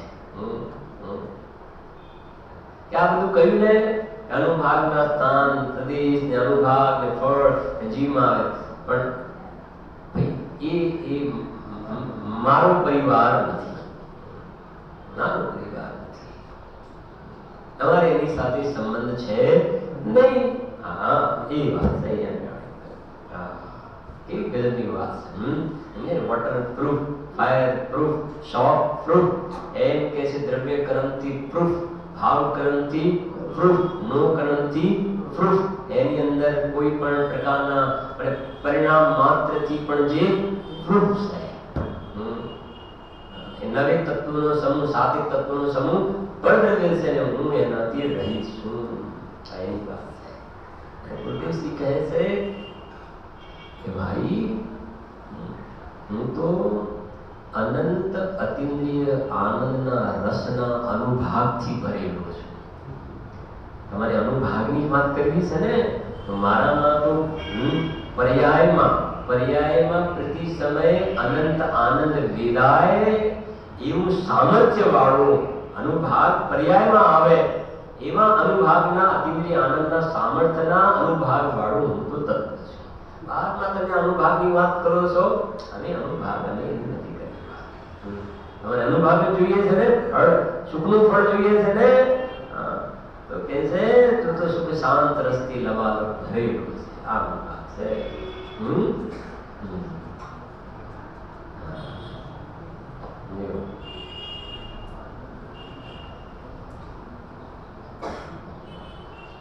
નથી કે કર્મ ભૂમિના જીવ ને બીજા કઈ ભૂમિના જીવ? ભોગ ભૂમિના જીવ. કયા જીવો સુખી હોય? કર્મ ભૂમિના કે ભોગ ભૂમિના?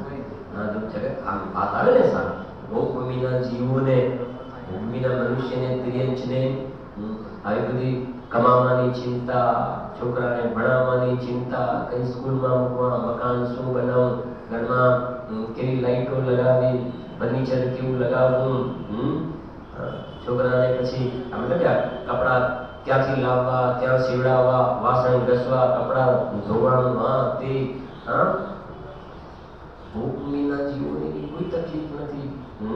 ઘરાક પાસે પૈસા લેવા જવાના, પાછા ના આપે તો ચિંતા, ને બીજું ને બેંકો ને બીજું બધા કેટલા કહેવાય ને, આને હૈયા હોળી ઓછી થોડી છે. ભૂમિના જીવોને છે કોઈ ચિંતા એવી? કોઈ ચિંતા નહીં. આજે આ ડોક્ટરને બતાવવાની, કાલે પેલા ડોક્ટરને બતાવવાની, પેલી દવા લાવવાની, પેલી દવા લાવવાની. ભૂમિમાં મેડિકલ સ્ટોર જ નથી હોતો, દવાખાના નથી હોતા, કેમ કે કોઈ બીમાર નથી પડતું ત્યાં આગળ. સમજાય છે કે નહીં? અને પતિ પત્ની બંને જીવન પર્યંત સુખેથી રહે છે, જીવન પર્યંત સુખેથી રહે છે. એકબીજાની કોઈને ઈર્ષા નથી હોતી, અને કોઈ સંતાન વગેરે હોતા નથી. જીવન પર્યંત રીતે રહે છે, અને અને છેલ્લા સમયમાં યુગલ પુત્રને જન્મ આપે છે અને એ બંને પાછા મોટા થઈ જાય છે. પુત્ર પુત્રીને જન્મ આપે છે, મોટા થાય છે. જીવન પર્યંત રહે છે, પલ્યનું આયુષ્ય હોય છે. એક પલ્યના અસંખ્યાતમાં ભાગમાં અસંખ્યાત કરોડ પૂર્વ થઈ ગયા અને એક પૂર્વમાં 70,56,000 કરોડ વર્ષ એટલા લાંબા આયુષ્ય છે. અને પાછું દેહ છૂટ્યા પછી નિયમથી સ્વર્ગમાં જ જાય, દેવગતિમાં જાય, દેવગતિમાં જ જાય, નહીં જાય. કેમ કે એમને પાપ નથી ને, પાપના પરિણામ, એમાં તીવ્ર પાપના પરિણામ ત્યાં હોતા જ નથી. બીજાના વૈભવને જે દરેકને 10 પ્રકારના કલ્પવૃક્ષ છે કે આવી પ્રકારની લાઇટિંગ લઈ જાઓ, આવા પ્રકારના કપડા એ લઈ જાઓ, આવા પ્રકારનું ભોજન એ લઈ જાઓ. એ કલ્પવૃક્ષ રહે છે, બધું મળી જાય છે.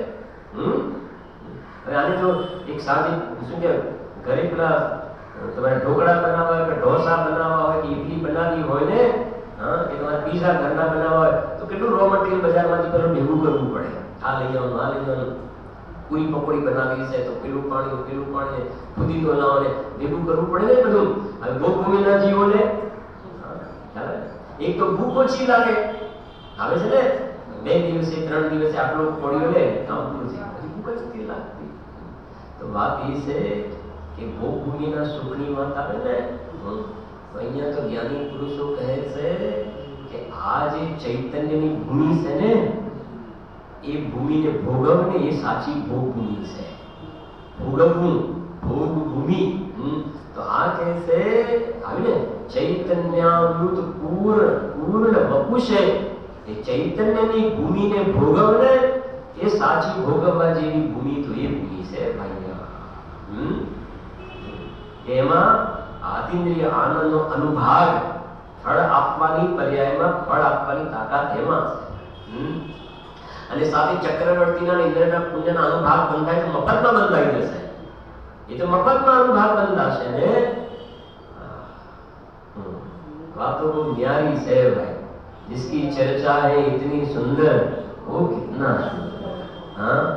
जगतना जीवो जे બહારના મને શું કહેવાય ને આવા પ્રકારની વ્યવસ્થા ને આવા પ્રકાર આવા યોગ મળી જાય, આવું બને. અરે કે છે તો આત્માને ભોગવને, એ બધું તો તને તારે મફતમાં મળશે અને તને ભોગવવાનો ભાવ નહીં આવે. કેમ કે આત્માનો ભોગવટો કરવામાં એવું સુખ છે કે વિષ્ટા સમાન લાગશે. અને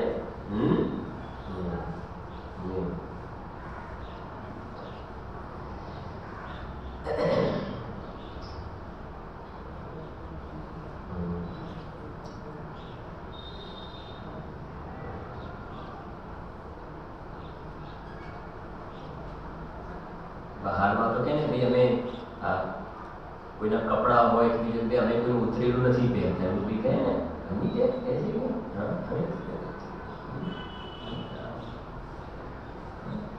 તું જે જગ્યા પર બેઠો છે જગ્યા શું છે?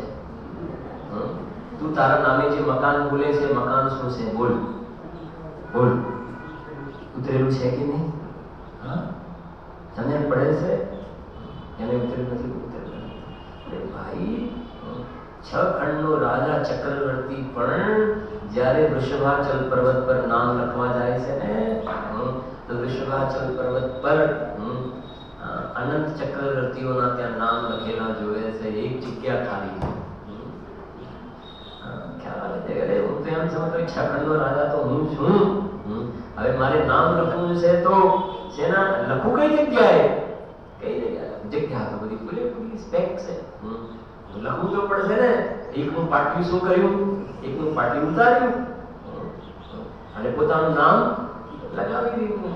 એ વખતે ખ્યાલ આવે છે કે ભવિષ્યમાં બીજો એના કહે છે ને ભાઈ આપણે અમાર નથી રહેવાના, પણ નામ તો અમાર રહે છે. પણ એ પાટિયા ચક્રવર્તીના પણ ઉતરી જાય છે. એ વખતે ચક્રવર્તી કહે છે કે આ 6 ખંડને તો પેલા બધા ભોગવી ગયા છે, હું તો ઉતરેલું ભોગવું છું. તે સમજાવું છે. ખ્યાલ આવે છે ને? આજે તું એક વસ્ત્રની વાત કરે છે, 6 ખંડનો રાજા પણ કહે છે કે આ તો પૂર્વે ચક્રવર્તીઓ પૃથ્વીને ભોગવીને છોડીને ગયા છે ને, આ ઉતરેલી વસ્તુને ભોગવવી કોઈ શોભા છે? હું તો મારા અતિન્દ્રિય આનંદનો નાદ, જે અમૃતનો કુંભ છે, એને હું તો ભોગવવા માંગુ છું, હવે હું તો એના શરણમાં જવા માંગુ છું, એમાંથી સાવી અનંત કાળ સુધી બહાર આવવા ઈચ્છતો નથી કે જે ચૈતન્યની બનેલી પૃથ્વી છે એમાં હું તો જવા માંગુ છું. એને કોઈએ નથી ભોગવી, એને કોઈએ ભોગવી નથી, એને કોઈ ભોગવી શકતો નથી. એને ભોગવવા માંગુ તો હું એકલો જ એને ભોગવી શકું છું. ભોગવવા માંગુ તો ભોગવી શકું છું, ન ભોગવવા માંગુ તો મારી ભૂમિને બીજો કોઈ ભોગવી શકે નહીં. પણ હું ભોગવું તો ભાગ્યશાળી. ખ્યાલ આવે છે કે નહીં? જગત એમ કહે છે ભોગવે ભાગ્યશાળી. તો આત્માના જે છે તો ખરો એમાં આનંદનો વૈભવ, અને ભોગવે એ ભાગ્યવંત છે ભાઈયા. છે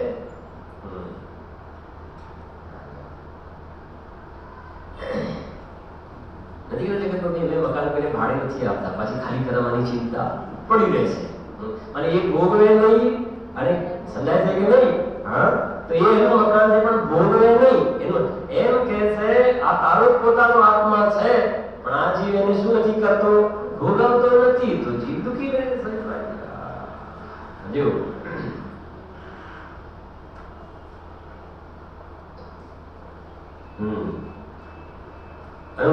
આના સ્થાનોનો પણ અવકાશ નિરંજન નિજ પરમાત્મ તત્વને વિશે નથી. વળી હવે સાંભળજો, ચાર છે કે પ્રકૃતિ પ્રદેશ સ્થિતિને અનુભાગ બંધની વાત પૂરી થઈ. હવે વાત છે વળી દ્રવ્ય કર્મ તથા ભાવ કર્મના ઉદયના સ્થાનોનો પણ અવકાશ નિરંજન નિજ પરમાત્મ તત્વને વિશે નથી. દ્રવ્ય કર્મ તથા ભાવ કર્મના ઉદયના સ્થાન આવી ગયું ને. બંધ થયો પછી સત્તા, સત્તા પછી શું થાય? ઉદય. એટલે પહેલા દ્રવ્ય કર્મને સમજીએ જરા. એ દ્રવ્ય કર્મનો બંધ થયો ને, પ્રકૃતિ પ્રદેશ સ્થિતિને અનુભાગ, ચાર તો લખ્યા. સત્તા પછી પ્રકૃતિનો ઉદય, પ્રદેશનો ઉદય, સ્થિતિનો ઉદય, અનુભાગનો પણ શું આવ્યો? ઉદય.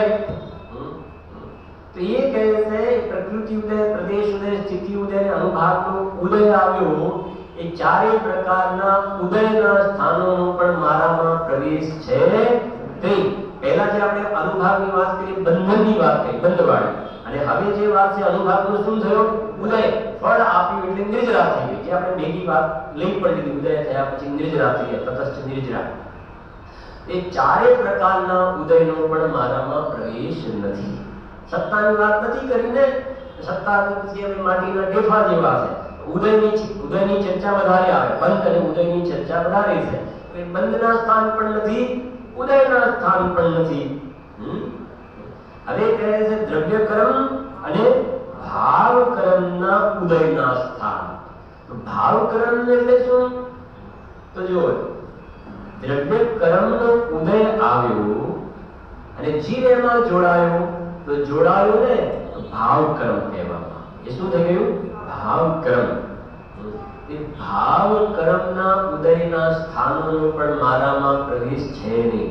ગુરુદેવશ્રીએ રવિચંદ સારની 16 ગાથા, 15 કે 16 ગાથા છે મોટે ભાગે, એમાંથી વાત બતાવી કે અનંત ભગવાને ઘાતી કર્મનો જે નાશ કર્યો, ત્યાં દ્રવ્ય ઘાતી કર્મનો પણ નાશ કર્યો અને ભાવ ઘાતી કર્મનો નાશ કર્યો. આ જ્ઞાનાવરણ, દર્શનાવરણ, મોહની અંતરાય એ દ્રવ્ય આવરણ, અને અંદરમાં જીવમાં જ્ઞાનનો એ ઓછો ઉગાડ, દર્શનનો ઓછો ઉગાડ એ ભાવ આવરણ. ભાવ આવરણ સમજાય છે કે નહીં? એ કહે છે કે આ ભાવ દ્રવ્ય કર્મનો ઉદયનો પણ મારામાં અભાવ છે અને ભાવ કર્મનો પણ મારામાં અભાવ છે. ભાવ કર્મ છે ને, જો એક ભાવ કર્મ, મોહ કર્મના ઉદયમાં જે રાગ દ્વેષના પરિણામ થાય એ ભાવ કર્મ, મોહની કર્મના. અને બીજું જે છે એ 12મા ગુણસ્થાન સુધી જે જોવામાં આવે છે, વ્યક્તિ પરિવર્તન થયા કરે. અલગ જ્ઞેયોને જાણે, આને જાણે પછી આને જાણે પછી આને જાણે, ક્રમથી જ્ઞેયોનું જાણવું થાય. કેવળ જ્ઞાનમાં યુગપત જાણવું થાય એવું ન થાય, ખંડ જાણવું થાય. એને ક્ષયોક્ષમ જ્ઞાન જ્યાં સુધી છે ત્યાં સુધી વ્યક્તિ પરિવર્તન રૂપ ભાવક્રમ જોવામાં આવે છે. વ્યક્તિ પરિવર્તન રૂપ ભાવક્રમ સમજાય છે કે નહીં? કેવલી ભગવાને વ્યક્તિ ક્રિયા છે પણ વ્યક્તિ પરિવર્તન નથી, ખંડ ખંડ જ્ઞાન નથી. તો કહે છે એક વ્યક્તિ પરિવર્તન રૂપ ભાવક્રમ, કેમ કે દ્રવ્ય કર્મમાં જ્ઞાનાવરણ દર્શનાવરણ નહીં લો તો ભાવક્રમમાં વ્યક્તિ પરિવર્તન. તો વ્યક્તિ પરિવર્તન રૂપ ભાવક્રમ તમારામાં ભાવ છે અને મૂળવાળા દ્રવ્ય કર્મ અને એની સાથે એગાડી મિથ્યાત્વ અને કષાયના પરિણામ થાય છે. ભાવક્રમનો પણ મારામાં શું છે? અભાવ છે. સમજાય છે કે નહીં? એક જ મિનિટમાં ટાઈમ થઈ ગયો, પૂરો કરી દઈએ છે. આ તો ખંડ ખંડ જ્ઞાનની વાત આવી ને. અમે આ બધી શું કે યાત્રામાં દિવાળીમાં ગયા હતા ને તો જયપુર ત્યાં ગયા હતા. તો બધા એક કહે કે દિવાળીની લાઇટિંગ જે છે જયપુરની દેશ ને પ્રદેશમાં બહુ વખણાય છે. દિવાળીનું લાઇટિંગ જે છે રાત્રિ જોવા માટે બધા ટુરિસ્ટ લોકો પણ આવે છે, ઘણું માણસ અને ઘણી ભીડ થઈ જાય છે. બધાને ગેરની લોકલુપ્તા તો હોય ને. હવે જોવાનું છે કે ત્યાં લાઇટિંગ છે તો એકેન્દ્રીય જીવ છે ને, સરવાળે બીજું કશું તો છે નહીં. અને એને જોવું તો પડશે, જોવું તો પડશે. ત્યારે સમજો બસમાં જતા હોઈએ ને તો આ બાજુ લાઇટિંગ હોય, આ બાજુ લાઇટિંગ હોય. પેલો કે આ બાજુ જોવા જેવું છે, પેલો કે આ બાજુ જોવા જેવું છે, આ બાજુ જોવા જેવું. બંને બસ તો આગળ ચાલવાની છે, બંને બાજુ એક સાથે તો જોઈ શકાય નહીં. ખ્યાલ આવે છે? આ બાજુનું જોવા જાય આ બાજુનું લઈ જાય, આ બાજુનું જોવા જાય આ બાજુનું લઈ જાય. આ કહે છે વ્યક્તિ પરિવર્તન, અખંડ ખંડ જ્ઞાન, ઇન્દ્રિય જ્ઞાન અને કેવલ જ્ઞાનની અંદર પેલા આને જોવું ને પછી આને જોવું એવા પ્રકારનું ત્યાં ખંડ ખંડ જાણવું હોતું નથી. એ પ્રમાણે અહીંયા આ ગાથાનો ટીકા પૂરી થાય છે. એના પછી અમૃતચંદ્ર આચાર્યએ કળશ લખ્યો છે અને પદ્મભવનધારી 2 કળશ લખ્યા છે. એની વાત આપણે મંગળવારના સ્વાધ્યાયમાં લઈશું આપણે, બરાબર છે? સોમવારે સાંજે સ્વાધ્યાય થશે. સોમવારનું સાંજે, પરમ દિવસે સાંજે અને મંગળવારે સવારે થશે.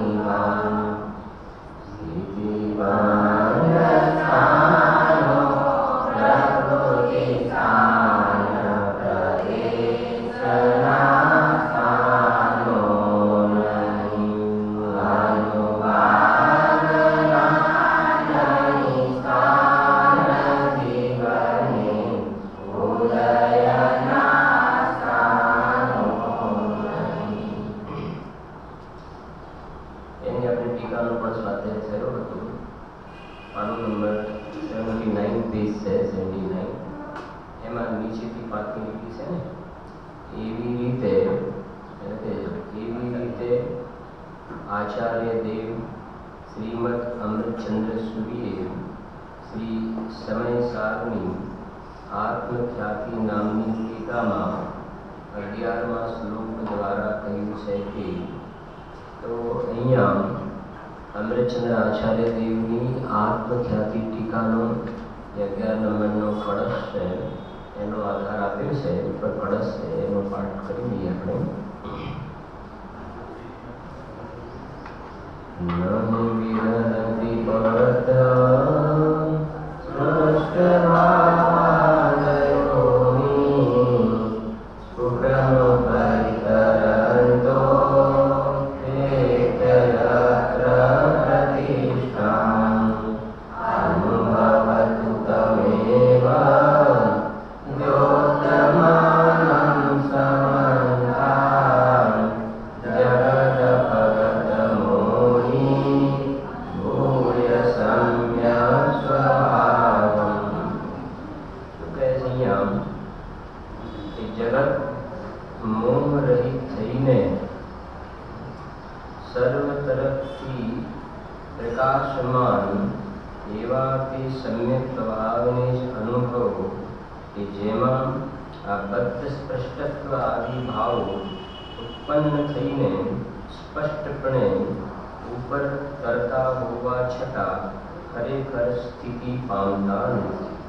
શું કહે છે અહીંયા, જે સમયસાર ગ્રંથરાજમાં 14મી ગાથામાં જે વાત આવી કે અબદ્ધ સ્પષ્ટ અનન્ય નિયત અવિશેષ દેખે આત્મને, તે દ્રવ્ય છે ને, એ અવિશેષ અણસંયુક્ત તેને શુદ્ધ નહીં તું જાણતી. તો ત્યાં જ્ઞાયક ભાવને અબદ્ધ સ્પષ્ટ કહ્યું. એનો અહીંયા ત્યાં કલશમાં એ વાત આવી કે તો પછી આ બદ્ધ સ્પષ્ટ આદિ ભાવો છે એનું શું? અહીંયા વાત ચાલે છે કે સ્થિતિ બંધના સ્થાન છે, વિકૃતિ બંધના સ્થાન છે, અનુભાવના સ્થાન છે, ઉદયના સ્થાનો છે, ઉદય ભાવ વગેરે. તો એ બધા સ્થાનો છે એનું શું? અહીંયા લખ્યું ઉપરી તરંતો. કલશની અંદર એક શબ્દ આવ્યો કે સ્ફુટમ ઉપરી, બીજી જગ્યાએ ને સ્ફુટમ ઉપરી તરંતો. ઉપરી તરંતો માને એ ભાવ છે ઉપરી તરંતો એટલે ઉપર ઉપર તરે છે, એટલે કે નીચે સમ્યક સ્વભાવને જ અનુભવો કે જેમાં બદ્ધ સ્પષ્ટ આદિ ભાવો ઉત્પન્ન થઈને સ્ફુટમ એટલે ઉત્પન્ન થવું છે તો ખરા, પણ સ્પષ્ટપણે ઉપર તરતા હોવા છતાં ખરેખર સ્થિતિ પામતા નથી. ગુરુદેવ એના માટે દૃષ્ટાંત આપે છે આ ગાથાઓમાં અને જે બધી જગ્યાએ ઉપર તરતા તો પાણીમાં જેમ તેલ હોય, એ પાણીમાં જેમ તેલ ઉપર ઉપર તરે છે, અંદર પ્રવેશ પામતું નથી, એવી રીતે આ બદ્ધ સ્પષ્ટાદિ ભાવો કે જે એક શબ્દમાં કહીએ તો જે કોઈ પણ પર્યાયરૂપ ભાવો છે, એ પર્યાયરૂપ ભાવ દ્રવ્ય સ્વભાવની અંદર પ્રતિષ્ઠા પામતા નથી પામતા. એ ઉપર ઉપર તરે છે. તો ઉપર તરે છે એનો અર્થ જે દૃષ્ટાંતમાં એમ સમજાવ્યું કે પાણીમાં તેલ ઉપર તરે છે, તો એવી રીતે ભાવ એનું સમજવું, એવી રીતે આમ જ્ઞાનમાં એવું નહીં સમજવું કે નીચે દ્રવ્ય સ્વભાવ છે અને ઉપર આ ભાવ તરે છે, એવું નહીં સમજવું. ક્ષેત્રથી દ્રષ્ટાંત નહીં સમજવું, પણ ભાવ પકડવો ત્યાં આગળ કે જેમ એ પાણીમાં તેલનો પ્રવેશ થતો નથી, એવી રીતે આ પર્યાયરૂપ ભાવ જે છે એનો દ્રવ્ય સ્વભાવ જે અબદ્ધ અસ્પૃષ્ટ જે છે એ જ્ઞાયક ભાવની અંદર એનો પ્રવેશ થતો નથી. એ કહે છે અહીંયા આગળ જે અબદ્ધ અને અસ્પૃષ્ટ બે શબ્દ આવે ને, કે આત્મા કર્મોથી બંધાયેલો નથી અને સ્પર્શાયેલો નથી. તો બંધાયેલો અને સ્પર્શાયેલોમાં શું ફરક છે? એ શબ્દ આવે ને, બંધાયો નથી ને સ્પર્શાયો પણ નથી. તો બંધ બંધાયો નથી એ તો બરાબર છે, તો પછી સ્પર્શાયું શા માટે લખવું પડ્યું ત્યાં આગળ? તો બંધાયો પણ નથી ને સ્પર્શાયો નથી, એટલે જે કારણ વર્ગના કર્મરૂપ પરિણમીને જીવની સાથે જે ક્ષેત્રાગા બંધન થયું છે, નિમિત્ત નૈમિત્તિક સંબંધ જેની સાથે છે, એ બંધન તો નથી અબદ્ધ આત્માને, પણ અસ્પૃષ્ટનો અર્થ એ જગ્યા પર બીજા એવા ઘણા પરમાણુઓ છે, અનંત પરમાણુઓ છે, ભલે જે કર્મરૂપ નથી પણ ત્યાં એ જીવની સાથે એક ક્ષેત્રાગા એ પરમાણુઓ રહેલા છે. તો એ ત્યાં બંધનની વાત નથી, પણ સ્પર્શની વાત છે. બંધનની વાત નહીં, પણ શેની વાત? ત્યાં સ્પર્શ. તો બંધાયું નથી અને કહે છે કે એનો સ્પર્શ પણ થયો નથી. એ બેનું અંતર બતાવવું છે, જેને વિસ્તરતા પરમાણુ કહેવામાં આવે છે. ઉદ્દેશથી ખુલાસા પણ કરે છે 14મી ગાથાના બોલની અંદર. તો એવા પ્રકારના જે પરમાણુ છે કે જીવની સાથે જેવી રીતે કર્મનું બંધન છે, એવી રીતે જીવની સાથે જોડાયેલા હોવા છતાં બંધન તરીકે નથી જોડાયેલા, સ્પર્શ છે પર્યાય અપેક્ષા. પણ દ્રવ્ય સ્વભાવથી જોવામાં આવે તો દ્રવ્ય સ્વભાવ કર્મના પરમાણુ પણ નથી સ્પર્શ્યો, અને પેલા વિસ્તરતા પરમાણુ છે એને પણ આત્માનો સ્પર્શ થયો નથી, બંધાયો પણ નથી અને સ્પર્શાયો નથી. એ ઉપર તરે છે. એ અહીંયા કહેવાનો ભાવ છે. એવું એ જગત મોહ થઈને સર્વ તરફથી પ્રકાશમાન એવા તે સમ્યક સ્વભાવને જ અનુભવો સર્વ તરફથી પ્રકાશમાન. અને જેમ કહેવાય ખાંડનો ગાંગડો હોય ને સર્વ તરફથી ચાખો તો મીઠો હોય, એવી રીતે જ્ઞાયક ભાવ સર્વ તરફથી જોવો ને તો એની અંદર સર્વાંગ કોઈ પણ જગ્યાએ જોવામાં આવે તો અબદ્ધ સ્પષ્ટાદી ભાવોનો એમાં પ્રવેશ થયો નથી. પણ એ જણાય કેવી રીતે? આવું જે તમે અબદ્ધ અસ્પષ્ટ જે જ્ઞાયક ભાવ કહો છો, પણ જણાય કેવી રીતે? તો સૌથી પહેલું કે જગતના જીવો મોહ રહિત થઈને તમે જોવો તો એ જણાશે.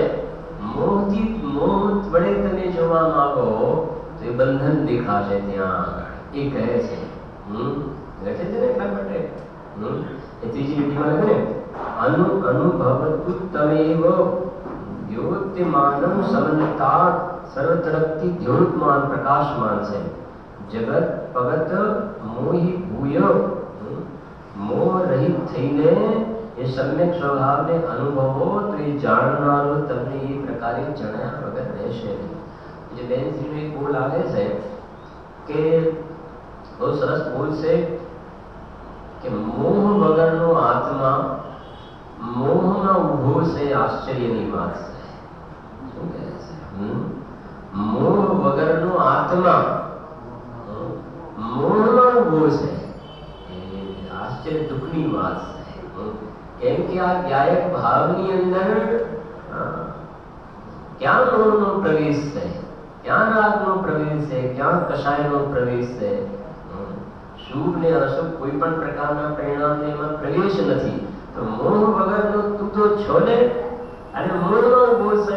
હું કહ્યું ને કરોડપતિ થઈને તું વાટકો લઈને નીકળ્યો છે ભીખ માંગવા માટે.